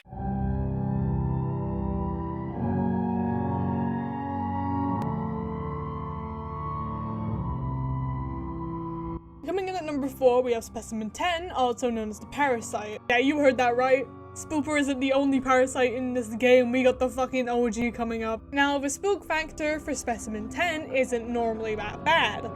Unless you're me and you decide to test fate by running away from it as fast as possible and seeing how long you can last. How far can I go? Ooh, ooh. Go. I believe in my son. Move! And for a physical description, the parasite, also known as Specimen 10, is, well, a parasitic alien. It's vaguely humanoid, but specifically looking at the legs, but its upper body is very heavily malformed. This torso can also open up to reveal rows upon rows of teeth. It resembles a lot of the alien species from The Thing, and is also the reference for Specimen 10. It could also resemble that of the Necromorphs from Dead Space. And obviously, because I'm such a fucking nerd, I'm gonna say that it looks like Silent Hill 2's lying figures. Because I'm a fucking nerd for Silent Hill. I'm not afraid to admit it, I'll bring Silent Hill up anytime I fucking can. As well as this, it can also transform into a very smaller leech-like body, which slithers around along the lung. What the fuck just came out of my mouth? This leech form, which slithers along the ground, which is what I was trying to say, is much faster than actual Specimen 10, which is where those self-induced spooks I was talking about before come in. Now, what you're supposed to do for Specimen 10, and what is also classed as our in-game characteristics, is staying close to it. You're supposed to have a very slow, nice little pacely walk with it.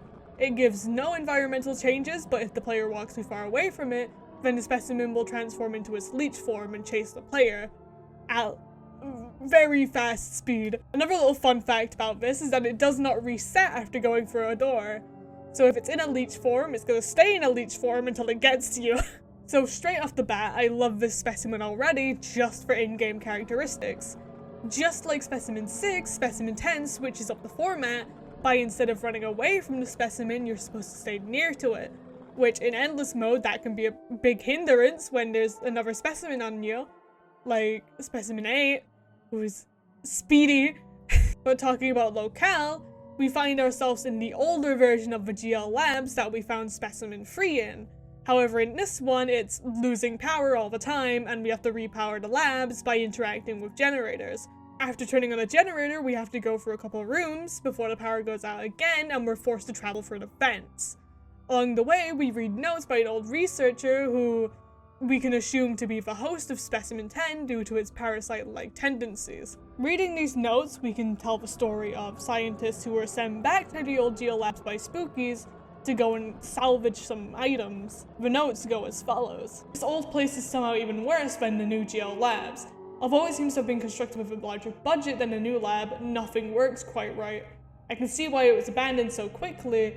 I wonder if there really is anything here worth salvaging. This facility is quite odd. Some of the equipment doesn't seem quite right, almost as if it was designed for people without hands.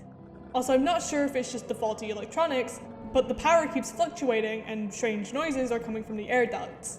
Spooky just said that there are things we needed to salvage from this place. I'm starting to worry that a loose specimen may be included in the list of things for us to receive. The power just shut off again. Is everything broken in here? I don't know what to do.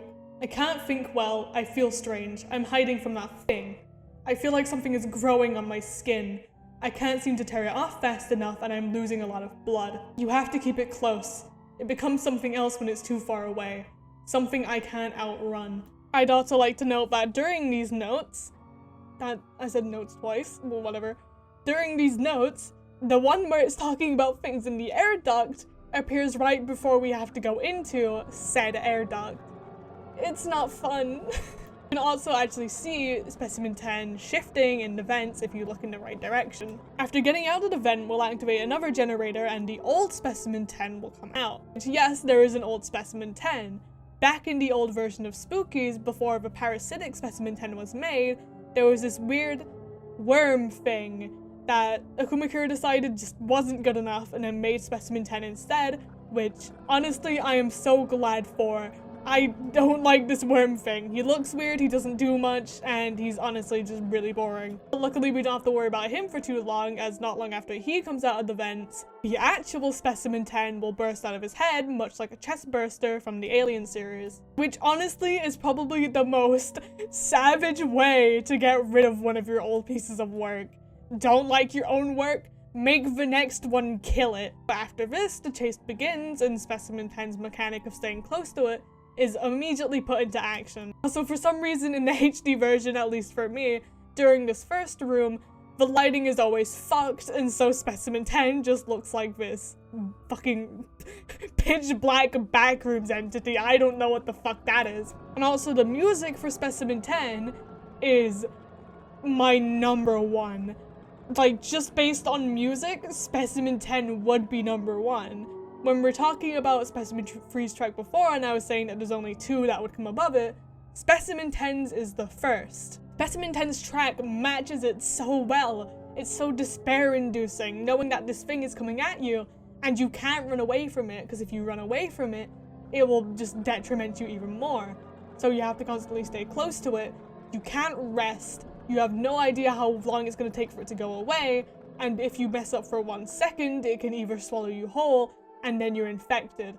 The thing about parasites, talking about parasitic horror before, the moment it's inside of you, you're done. You're dead. There's nothing that you can do, which matches the music track so well because of how despair-inducing it is. As well as this, the actual sounds that Specimen 10 makes itself is so fitting to the music that at first I didn't even know that were sounds that the specimen was making. I thought it was a part of the music track. The whole thing just has this very well done sci-fi feel to it, which honestly in modern day we don't really get much good sci-fi horror anymore. I mean, honestly, the last time we got a sci-fi kind of spacey horror game that we've gotten, it's been the remake of a really old game. And yeah, overall, the music track for Specimen 10 has this slow burn feeling to it, as the more and more that you're with Specimen 10, the more and more it actually affects you. And even though I said before that I don't like slow gameplay,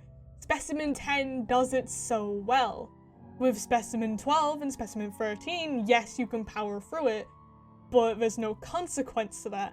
With Specimen 10, you are forced to stay with it, and if you run away, well, the consequence is that something faster will come and get you. This gives you a reason to why you are going slow, not just, oh no, water too heavy for my weak legs. And moving on to death screen, it is also one of my favorite death screens in the whole game. Just like Specimen 11, we have another specimen that includes 2 lines of text, one in normal and one in binary. Looking at the normal text, we can read, "Now you have nothing to fear.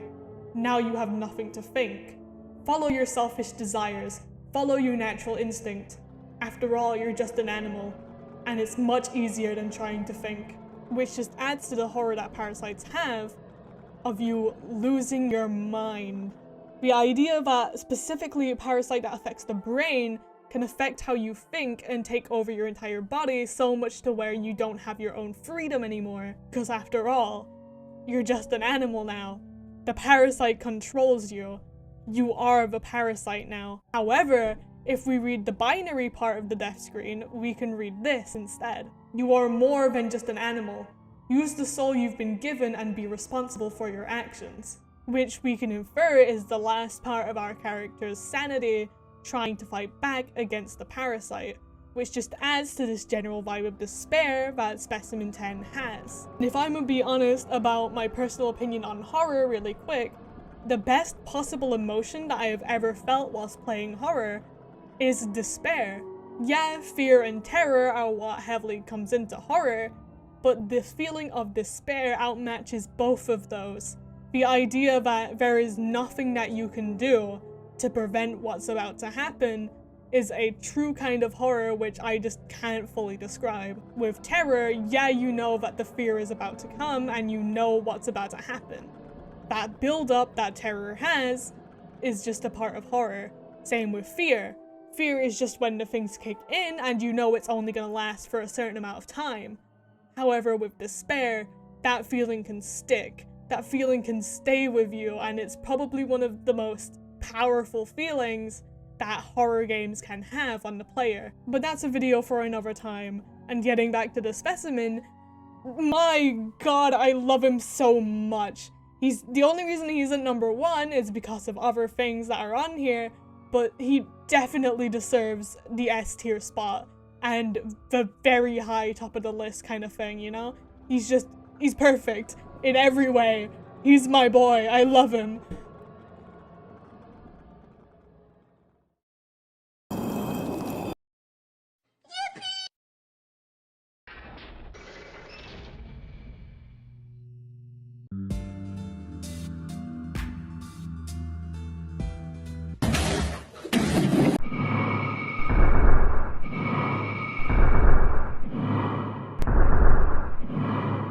You thought that just because I am a Silent Hill nerd, I'd stoop so low to make the Silent Hill reference the number 1? It only goes up to number 2. Number 3 on our list, and another one of our tier S specimens, is Specimen 5, with probably the best nickname that I've ever heard, Bab. And the spook factor for Bab is get in the fucking door! That is what I wrote down. That is exactly what I wrote down in my notes. I don't know what the fuck that means. Although, if I'm being honest, I think it's probably just because I look at the specimen way too much that I forget where the door is. And that's the spook factor. Specimen 5 doesn't scare me that much, but when I can't get into the door because the walls are fucking moving, it gets kind of scary. And obviously, the best way of describing the physical description of this specimen is it's a combination of Silent Hill 2 monsters. I'm going full in. This is nerd mode. You're in the nerd station now. From what we can see, it has Pyramid Head sword, the lying figure's fleshiness, it has the head of a nurse, and, well, the body is a lot like the mannequins. It's just this whole kind of combination of the Silent Hill 2 monsters. For more in-depth description, it's a faceless humanoid that's very fleshy and like clay looking, has a lot of pores, and it kind of looks like really aged concrete. Very unorganic but organic at the same time. It's very weird, and it's carrying, well, a big sword. And possibly the reason why I look at it so much is it has this really cool fading effect behind it. Wherever it walks, there's another trail of red versions of itself with various patterns on it. And these faded versions of itself will stay for a couple of seconds when entering the room, so there's a very high chance that you'll see it across the room, but it's not actually there. For in-game characteristics, first of all, it kicks the fucking door down like the badass it is. It can kill you in 2 hits, which, looking at the size of that door, I'm not surprised. And the main fact of Specimen 5 is that it will change the wall textures, and it all just jumbles around and it looks very confusing. It also has the added fact of being one of the specimens that can actually make Specimen 13 enjoyable by joining its chase in the endless mode. Which, yes, there's only a certain amount of specimens that can do that. For locale-wise, it's very much going into the Silent Hill 1 otherworldly vibes, with an abandoned factory where we have to say bye-bye to our peripherals as our only light source is a flashlight. And much like Silent Hill games, most of the doors are broken or locked and we can't get into them. Of the doors that we do get into, we'll see notes and evidence of there being this unknown cult or group that are performing sacrifices very similar to the ones in Silent Hill. These notes go as follows. The darkness is slowly consuming us now. I don't think our rituals will appease it much longer. How were we supposed to know this would happen? It's not really our fault. We just did what Mother has told us to do in this sort of situation. Mother is not pleased with us. But how are we supposed to know that girl wasn't pure? This can be linked to Silent Hill's own cult, the Order, and their attempted sacrifice of Alessa Gillespie, which is, well, what spawned the entirety of Silent Hill in the first place and its otherworldly counterpart. During the sacrifice, a boiler blows up, which causes Alessa to go into a hospitalized state, where her rage and her emotions alone just caused the overworld of Silent Hill to be born, and everything weird that happens in Silent Hill comes from Alessa. And also, as well as this, the music absolutely fucking slaps. Going back to what we were saying once again with Specimen 10 and Specimen 3's music track, that second track that would come above Specimen 3 is Specimen 5's. And it's definitely not just because I'm a nerd for Akira Yamaoka's music.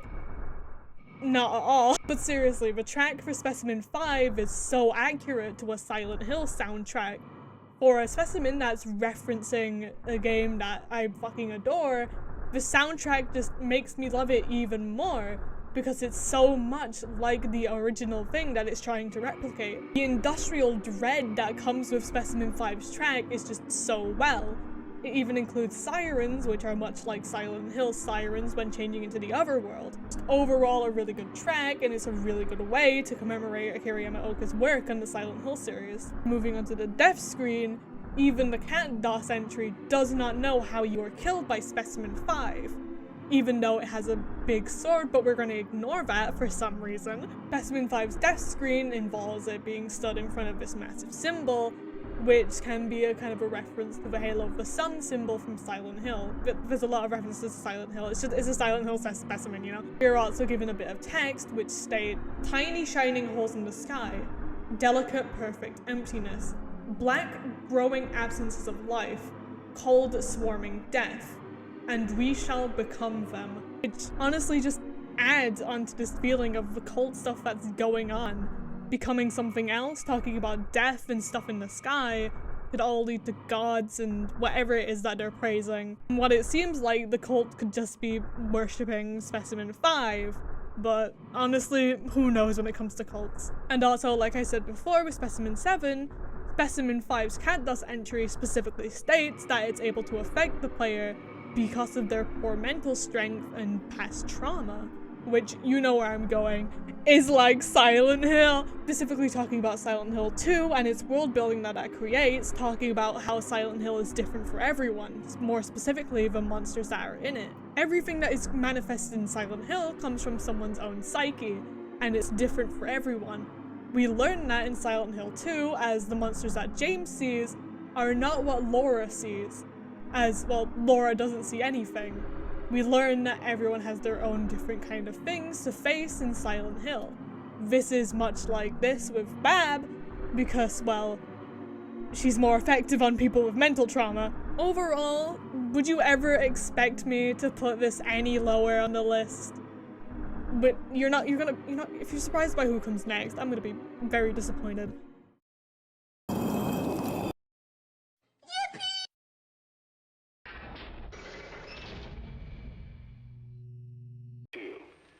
His 6-year-old daughter had the good sense to hide in the bathroom.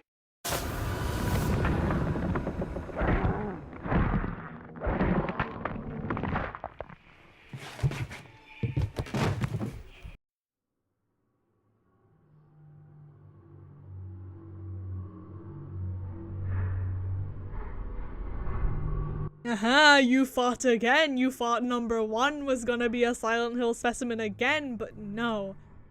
I already told you, it only goes up to 2. Unknown Specimen 5, also known as Lisa, is our second Silent Hill-based specimen, except this time, she's fucking horrifying. Like Bab, the reason I put Lisa so high is because she is probably the fucking scariest thing that is in this game.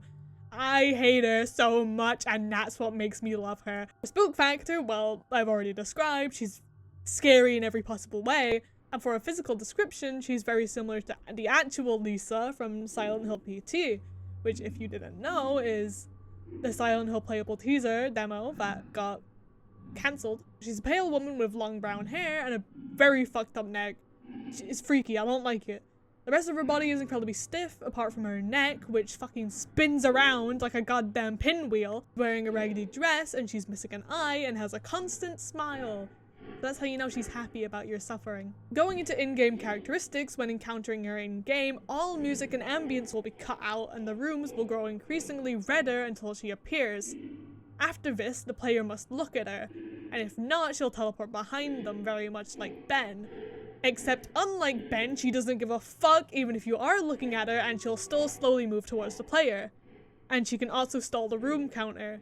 And she becomes invisible when you look at her for too long, which is just what makes her so scary. Not seeing where she is, but you know where she is, but you know that she's still moving towards you. Also, on top of this, the way that the music and just every single piece of ambience will cut out, you know she's coming, but you might not be able to tell immediately. Going back to Silent Hill once again, and its use of silence just comes back to this game. The use of silence to make horror more than actual ambient noise is something that is really effective, especially on someone like me who at the time had no idea what it meant. Even seeing that the specimen ones, which will pop out occasionally to give you notes, don't even give you any kind of ambient noise when they appear, just adds to this horror. Everything is eerily silent and it's not right. Every time that you're in the mansion, ambient noise will be playing, or the sounds of specimens, or distant cries of whatever monsters are waiting out there that aren't the specimens that are chasing you, are what normally fill your ears. Without this noise, it just adds this unbearable silence that can only be described as the calm before the storm. But if the calm was also its own mini-storm, coming into Lisa's room, it works very much like actual PT. We're made to loop around the room, and every time something is different. We do 3 loops before the chase starts. Before we start going through the loops though, the room looks like follows. Entering the room, we are in a long corridor which has a bookcase, a table, and a candle on the table. To the right, there's another corridor leading to a main hall with a chandelier and an unopenable door. Across from that first corridor, there's another room which will loop the player back to the start. Now that we know what it originally looks like, we can then go into how it changes. In our first loop, there will be a phone instead of a candle, and it will be ringing. In our second loop, the walls will begin to look more worn out, and the table is now a set of bones instead. And going on to our final loop, the whole room is filled with a deep red hue. The bookcase and the bones are gone, and the table at the back in the main hall now has unknown specimen 5 at the table, who will appear once you get close. After that, we're put out into the mansion, where we're allowed to roam for a few rooms, with the rooms growing increasingly red. Whilst we're walking through here, there's a chance that specimen 1 will pop out the wall with a note. These notes can read as follows, and they are all completely random. You think you're clever, don't you? I've been watching you for a while now. Why even bother filling your lungs? Your blood smells so thick. I can hear the vessels oozing. Do you feel safe? Reading these won't help you. Only death can help you. Which obviously we can tell that Lisa is not the biggest fan of us. And, well, I'd call the music that comes with her music, but it's more of just groans and moans than anything. But either way, it sounds fucking horrifying. And never in a million years would I want to hear that IRL. Obviously not in a way that I think it's bad, but in a way of, I never want to come near her even if I have a 50-foot pole. Even when it comes to just the death screen itself, it's Lisa's death screen consists of her face suddenly being filled with bugs and flashing text. This text reads, "You cannot dream without darkness. You cannot wake without pain. Tear off your foolish disguise." Which honestly is really fitting for a character like Lisa. The whole time she's just berating you, she's angry at you, she fucking hates you. So of course her death screen is gonna follow that same kind of thing. I mean, the character that Lisa is based off, well, Lisa from Silent Hill PT, is the manifestation of a mother who was murdered by the family's husband. Obviously, seeing from in-game, she definitely doesn't like our player character very much, so it's very much obvious to make Lisa in Spookies the same way. Overall, Lisa is the scariest specimen out of all of them, even though she isn't number 1. Lisa is so terrifying that even without her appearing, just the idea of walking through the mansion and the fear of that at any time the ambience could cut out and I know exactly what that means is enough fear for me to be so horrified of Lisa that it is a constant thought whilst I'm playing the game, which is not the same for any other specimen in this list. I am so scared of Lisa that I physically cannot play the game without being constantly scared that she will show up. Yes, her gameplay might just be a cranked up version of Specimen 6, but Specimen 6 is probably another one of the specimens that scare me a lot. So that is only obvious for Lisa to be the scariest. Even though, yes, I will admit that she's higher up in the list because she's a Silent Hill reference, she would still be up here anyway, even if she wasn't. She would still be an S-tier specimen just because of how horrifying she is and her whole general vibe and just...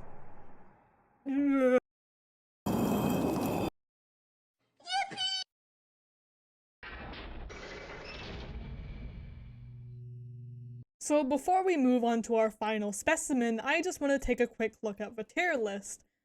And as you can see, there's 2 specimens on that tier list that we haven't seen yet. What's up with that? Well, I have to admit something to you. This next specimen isn't just 1 specimen, technically.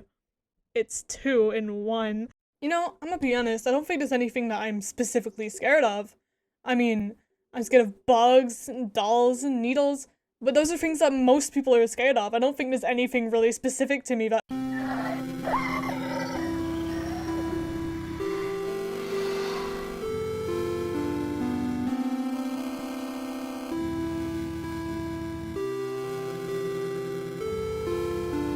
So for our final specimen on this list, you saw that right, it's specimen 4, also called Ringu. And there is a very good reason as to why she's number 1. If you know me in any sense at all, you will know that I am horrified of anything that has to do with the Ring, the Grudge, or any kind of just the angry spirit with long black hair and a white dress trope, you know what I mean. But looking at specimen 4, that is exactly what she is. She's a woman with long, messy black hair and a pale white skin and blacked out eyes wearing a long grey dress. If I'm being honest, I have absolutely no idea where this fear of this trope has come from, but for whatever reason it is, I'm scared of anything that remotely looks like The Ring, or The Grudge, or just any other kind of fucking thing that looks like those features. So when I was playing Spookies for the first time ever, and I found out that Ringu was in the game, yeah, I was in for a lot. Carrying on with specimen 4's physical description, she has claws instead of fingers, which are covered in Cheeto dust. And, well, as stated before, she looks a lot like characters like Sadako, Kayako, and Samara. And yes, I know that Sadako and Samara are the same person, it's just different different countries, but either way, both of them are absolutely fucking scary as shit, and I don't want to be anywhere near them at any point in time in my life. And if I'm being honest, before I did the research about them, I did not know that Sadako and Samara were the same person and that they were both in The Ring, because the only version of The Ring I've ever seen is the English version, because I'm not about to watch any other kind of one of those movies ever again. The only reason I watched The Ring in the first place is because I was forced to, and it was not a good time for me. Yeah, obviously Specimen 4 is a reference to this trope, and it's also a reference to Sachiko from the Corpse Party series, which is a game that I haven't played, but I've seen bits of it, and yeah, I can see it quite a bit. On top of this, there's also a website called lomando.com, which I'm not going to in a single fucking point of time in my existence ever. There's nothing you can do to make me go there. I didn't even want to go there for the research. I had to look at the wiki page to see what it was about. On top of this, it wasn't intentional, but by making this specimen number 4 specifically, it can tie into the Asian folklore of the number 4 being pronounced the same way as the word for an F. And so therefore it's associated with bad luck and just a lot of really bad things. For in-game characteristics, she doesn't really do much. She's just a specimen that will go for the walls and levitates over pits, just like most specimens. She is pretty fast though, and if you get caught up in a spinny room, which is my keyword for a room that looks like a spiral, or just any kind of pit room where you have to go around a corner, you can be in for a bad time. On top of this, if you're counting from the first specimen, she's the first specimen that doesn't get hit by the axe. And talking about her locale, it goes into another place that I'm horrified of, which is old abandoned Japanese style schools. Now, I'm one to say right now, but if I'm into urban exploration, right? I like abandoned buildings, I think they look cool. But you will never see me ever in a million years going to any kind of abandoned building in any kind of Asian context. But like, especially Japan. Like, I will say, Japanese horror is honestly the most horrifying type of horror that I've ever come across. And any kind of they scare me. They scare me in an unnerving way, and I don't know what it is. Something about Japanese horror that they managed to hit the absolute nail on the coffin that is just absolute fear factor for me. So having the specimen take place in specifically a Japanese style abandoned school is horrifying in the first place. And it is very empty and very, very dark. So once again, we have to say bye-bye to peripherals and deal with our flashlight for now. And oh, would you look at that, it's another tick box for the thing I'm scared of. Shadow figures? Tick that off. However, unlike the original fear factor I was talking about, I actually know where this fear comes from. Not being able to tell the features fully of something that looks vaguely human, but isn't human, is something that sets off an uncanny vibe in me, and it just absolutely horrifies me. So walking into a room, turning around and seeing, oh, that's a full classroom of shadow kids, wasn't fun the first time. But walking into these classrooms, we get a few notes.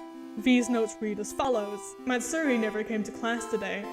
I hope she made it home okay. Could it really be true?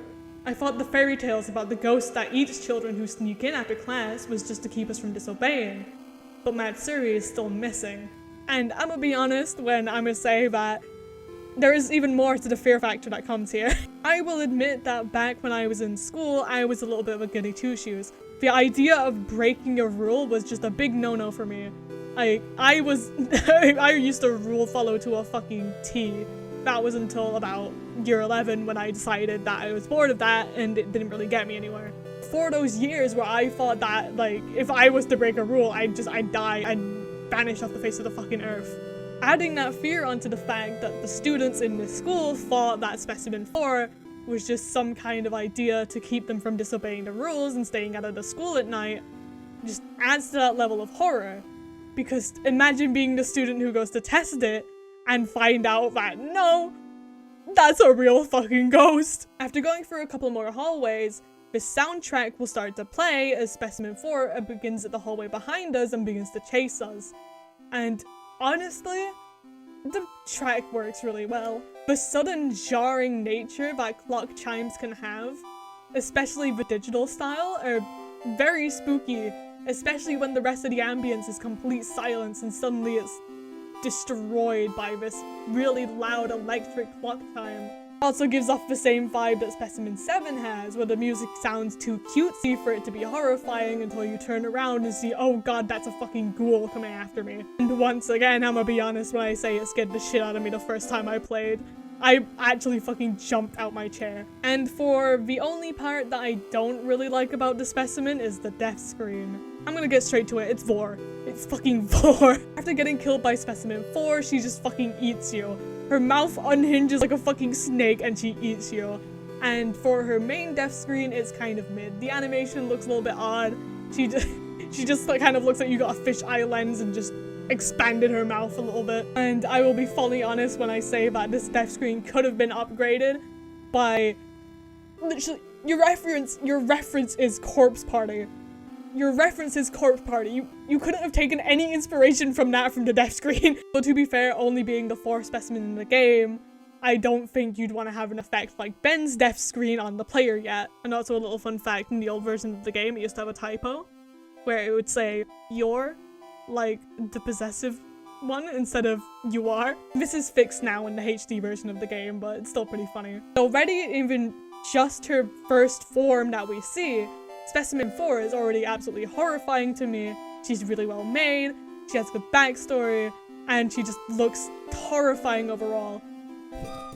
But what if I told you that's not the end? What if I told you that isn't the end? She gets even worse. She gets even more horrifying.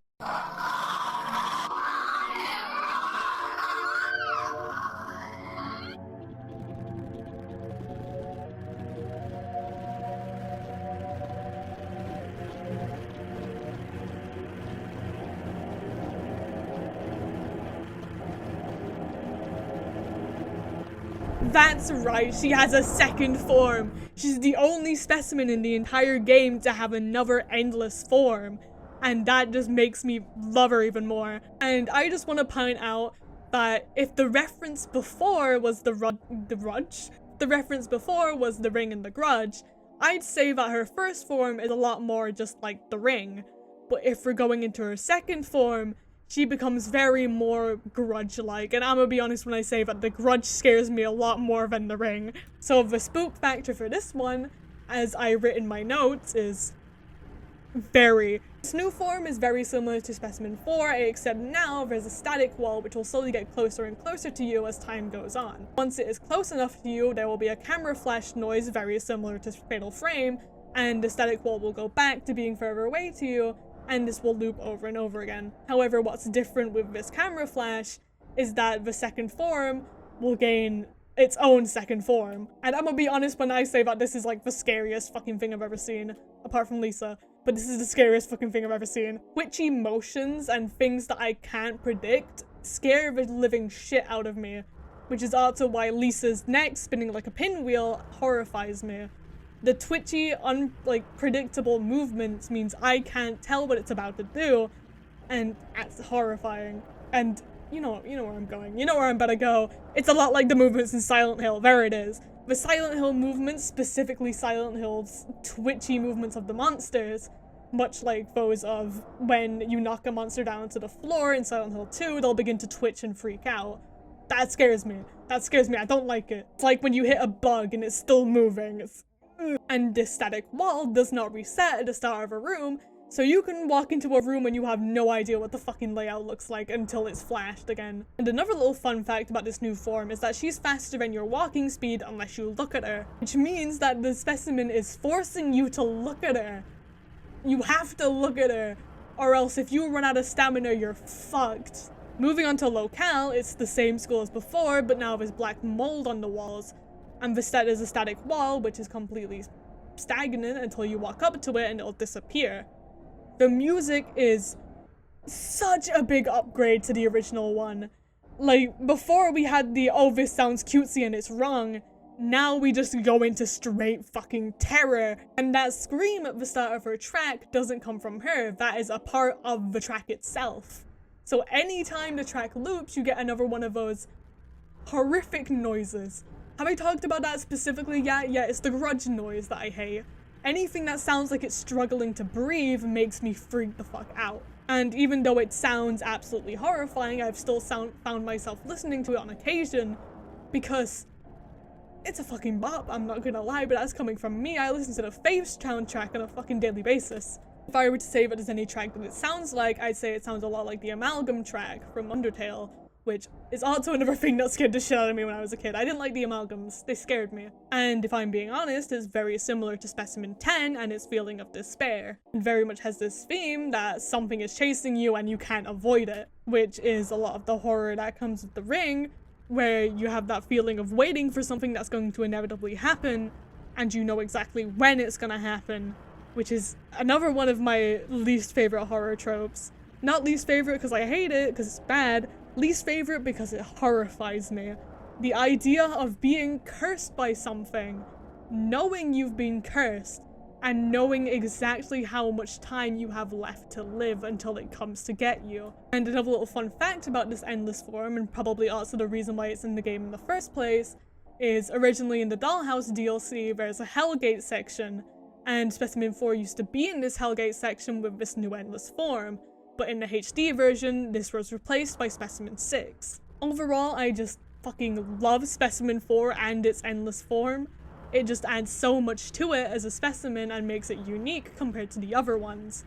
And even though a lot of the reason why I put it as number 1 is because it actually scares the shit out of me and has some of my favorite horror tropes, overall Specimen 4 has just its own unique design that I love. The school to the fucking music. The only thing I don't really like about it is the lore part, but we can ignore that if we just don't fucking die to her. Also, I want to talk about that for 1 second. In the second form, her animation actually gets pretty fucking good. The animation is improved, and there's an addition of a TV in the back, which brings back that sense of The Ring. The way that in The Ring, she comes out of a TV is very similar to this death screen, as she's just mauling us from a TV instead. Once again, obviously I will say that there's a lot better uses for this death screen, having it be connected to things like The Ring and The Grudge. I mean, stuff like the fact that both spirits from each movie separately can just kill you if they decide they want to. Things like in The Ring, where there's just hair that appears in them. That fucking scene freaked me out. And also the way that in The Grudge, all it takes is just to be stared at and your heart will just stop. Is just a horrifying feeling, and I feel like if that was translated onto Specimen 4, it would just make it even more better than she already is. Just overall, I love Specimen 4, if we just ignore the death screen part. And for everything else, she's amazing, and she's a good end to this tier list.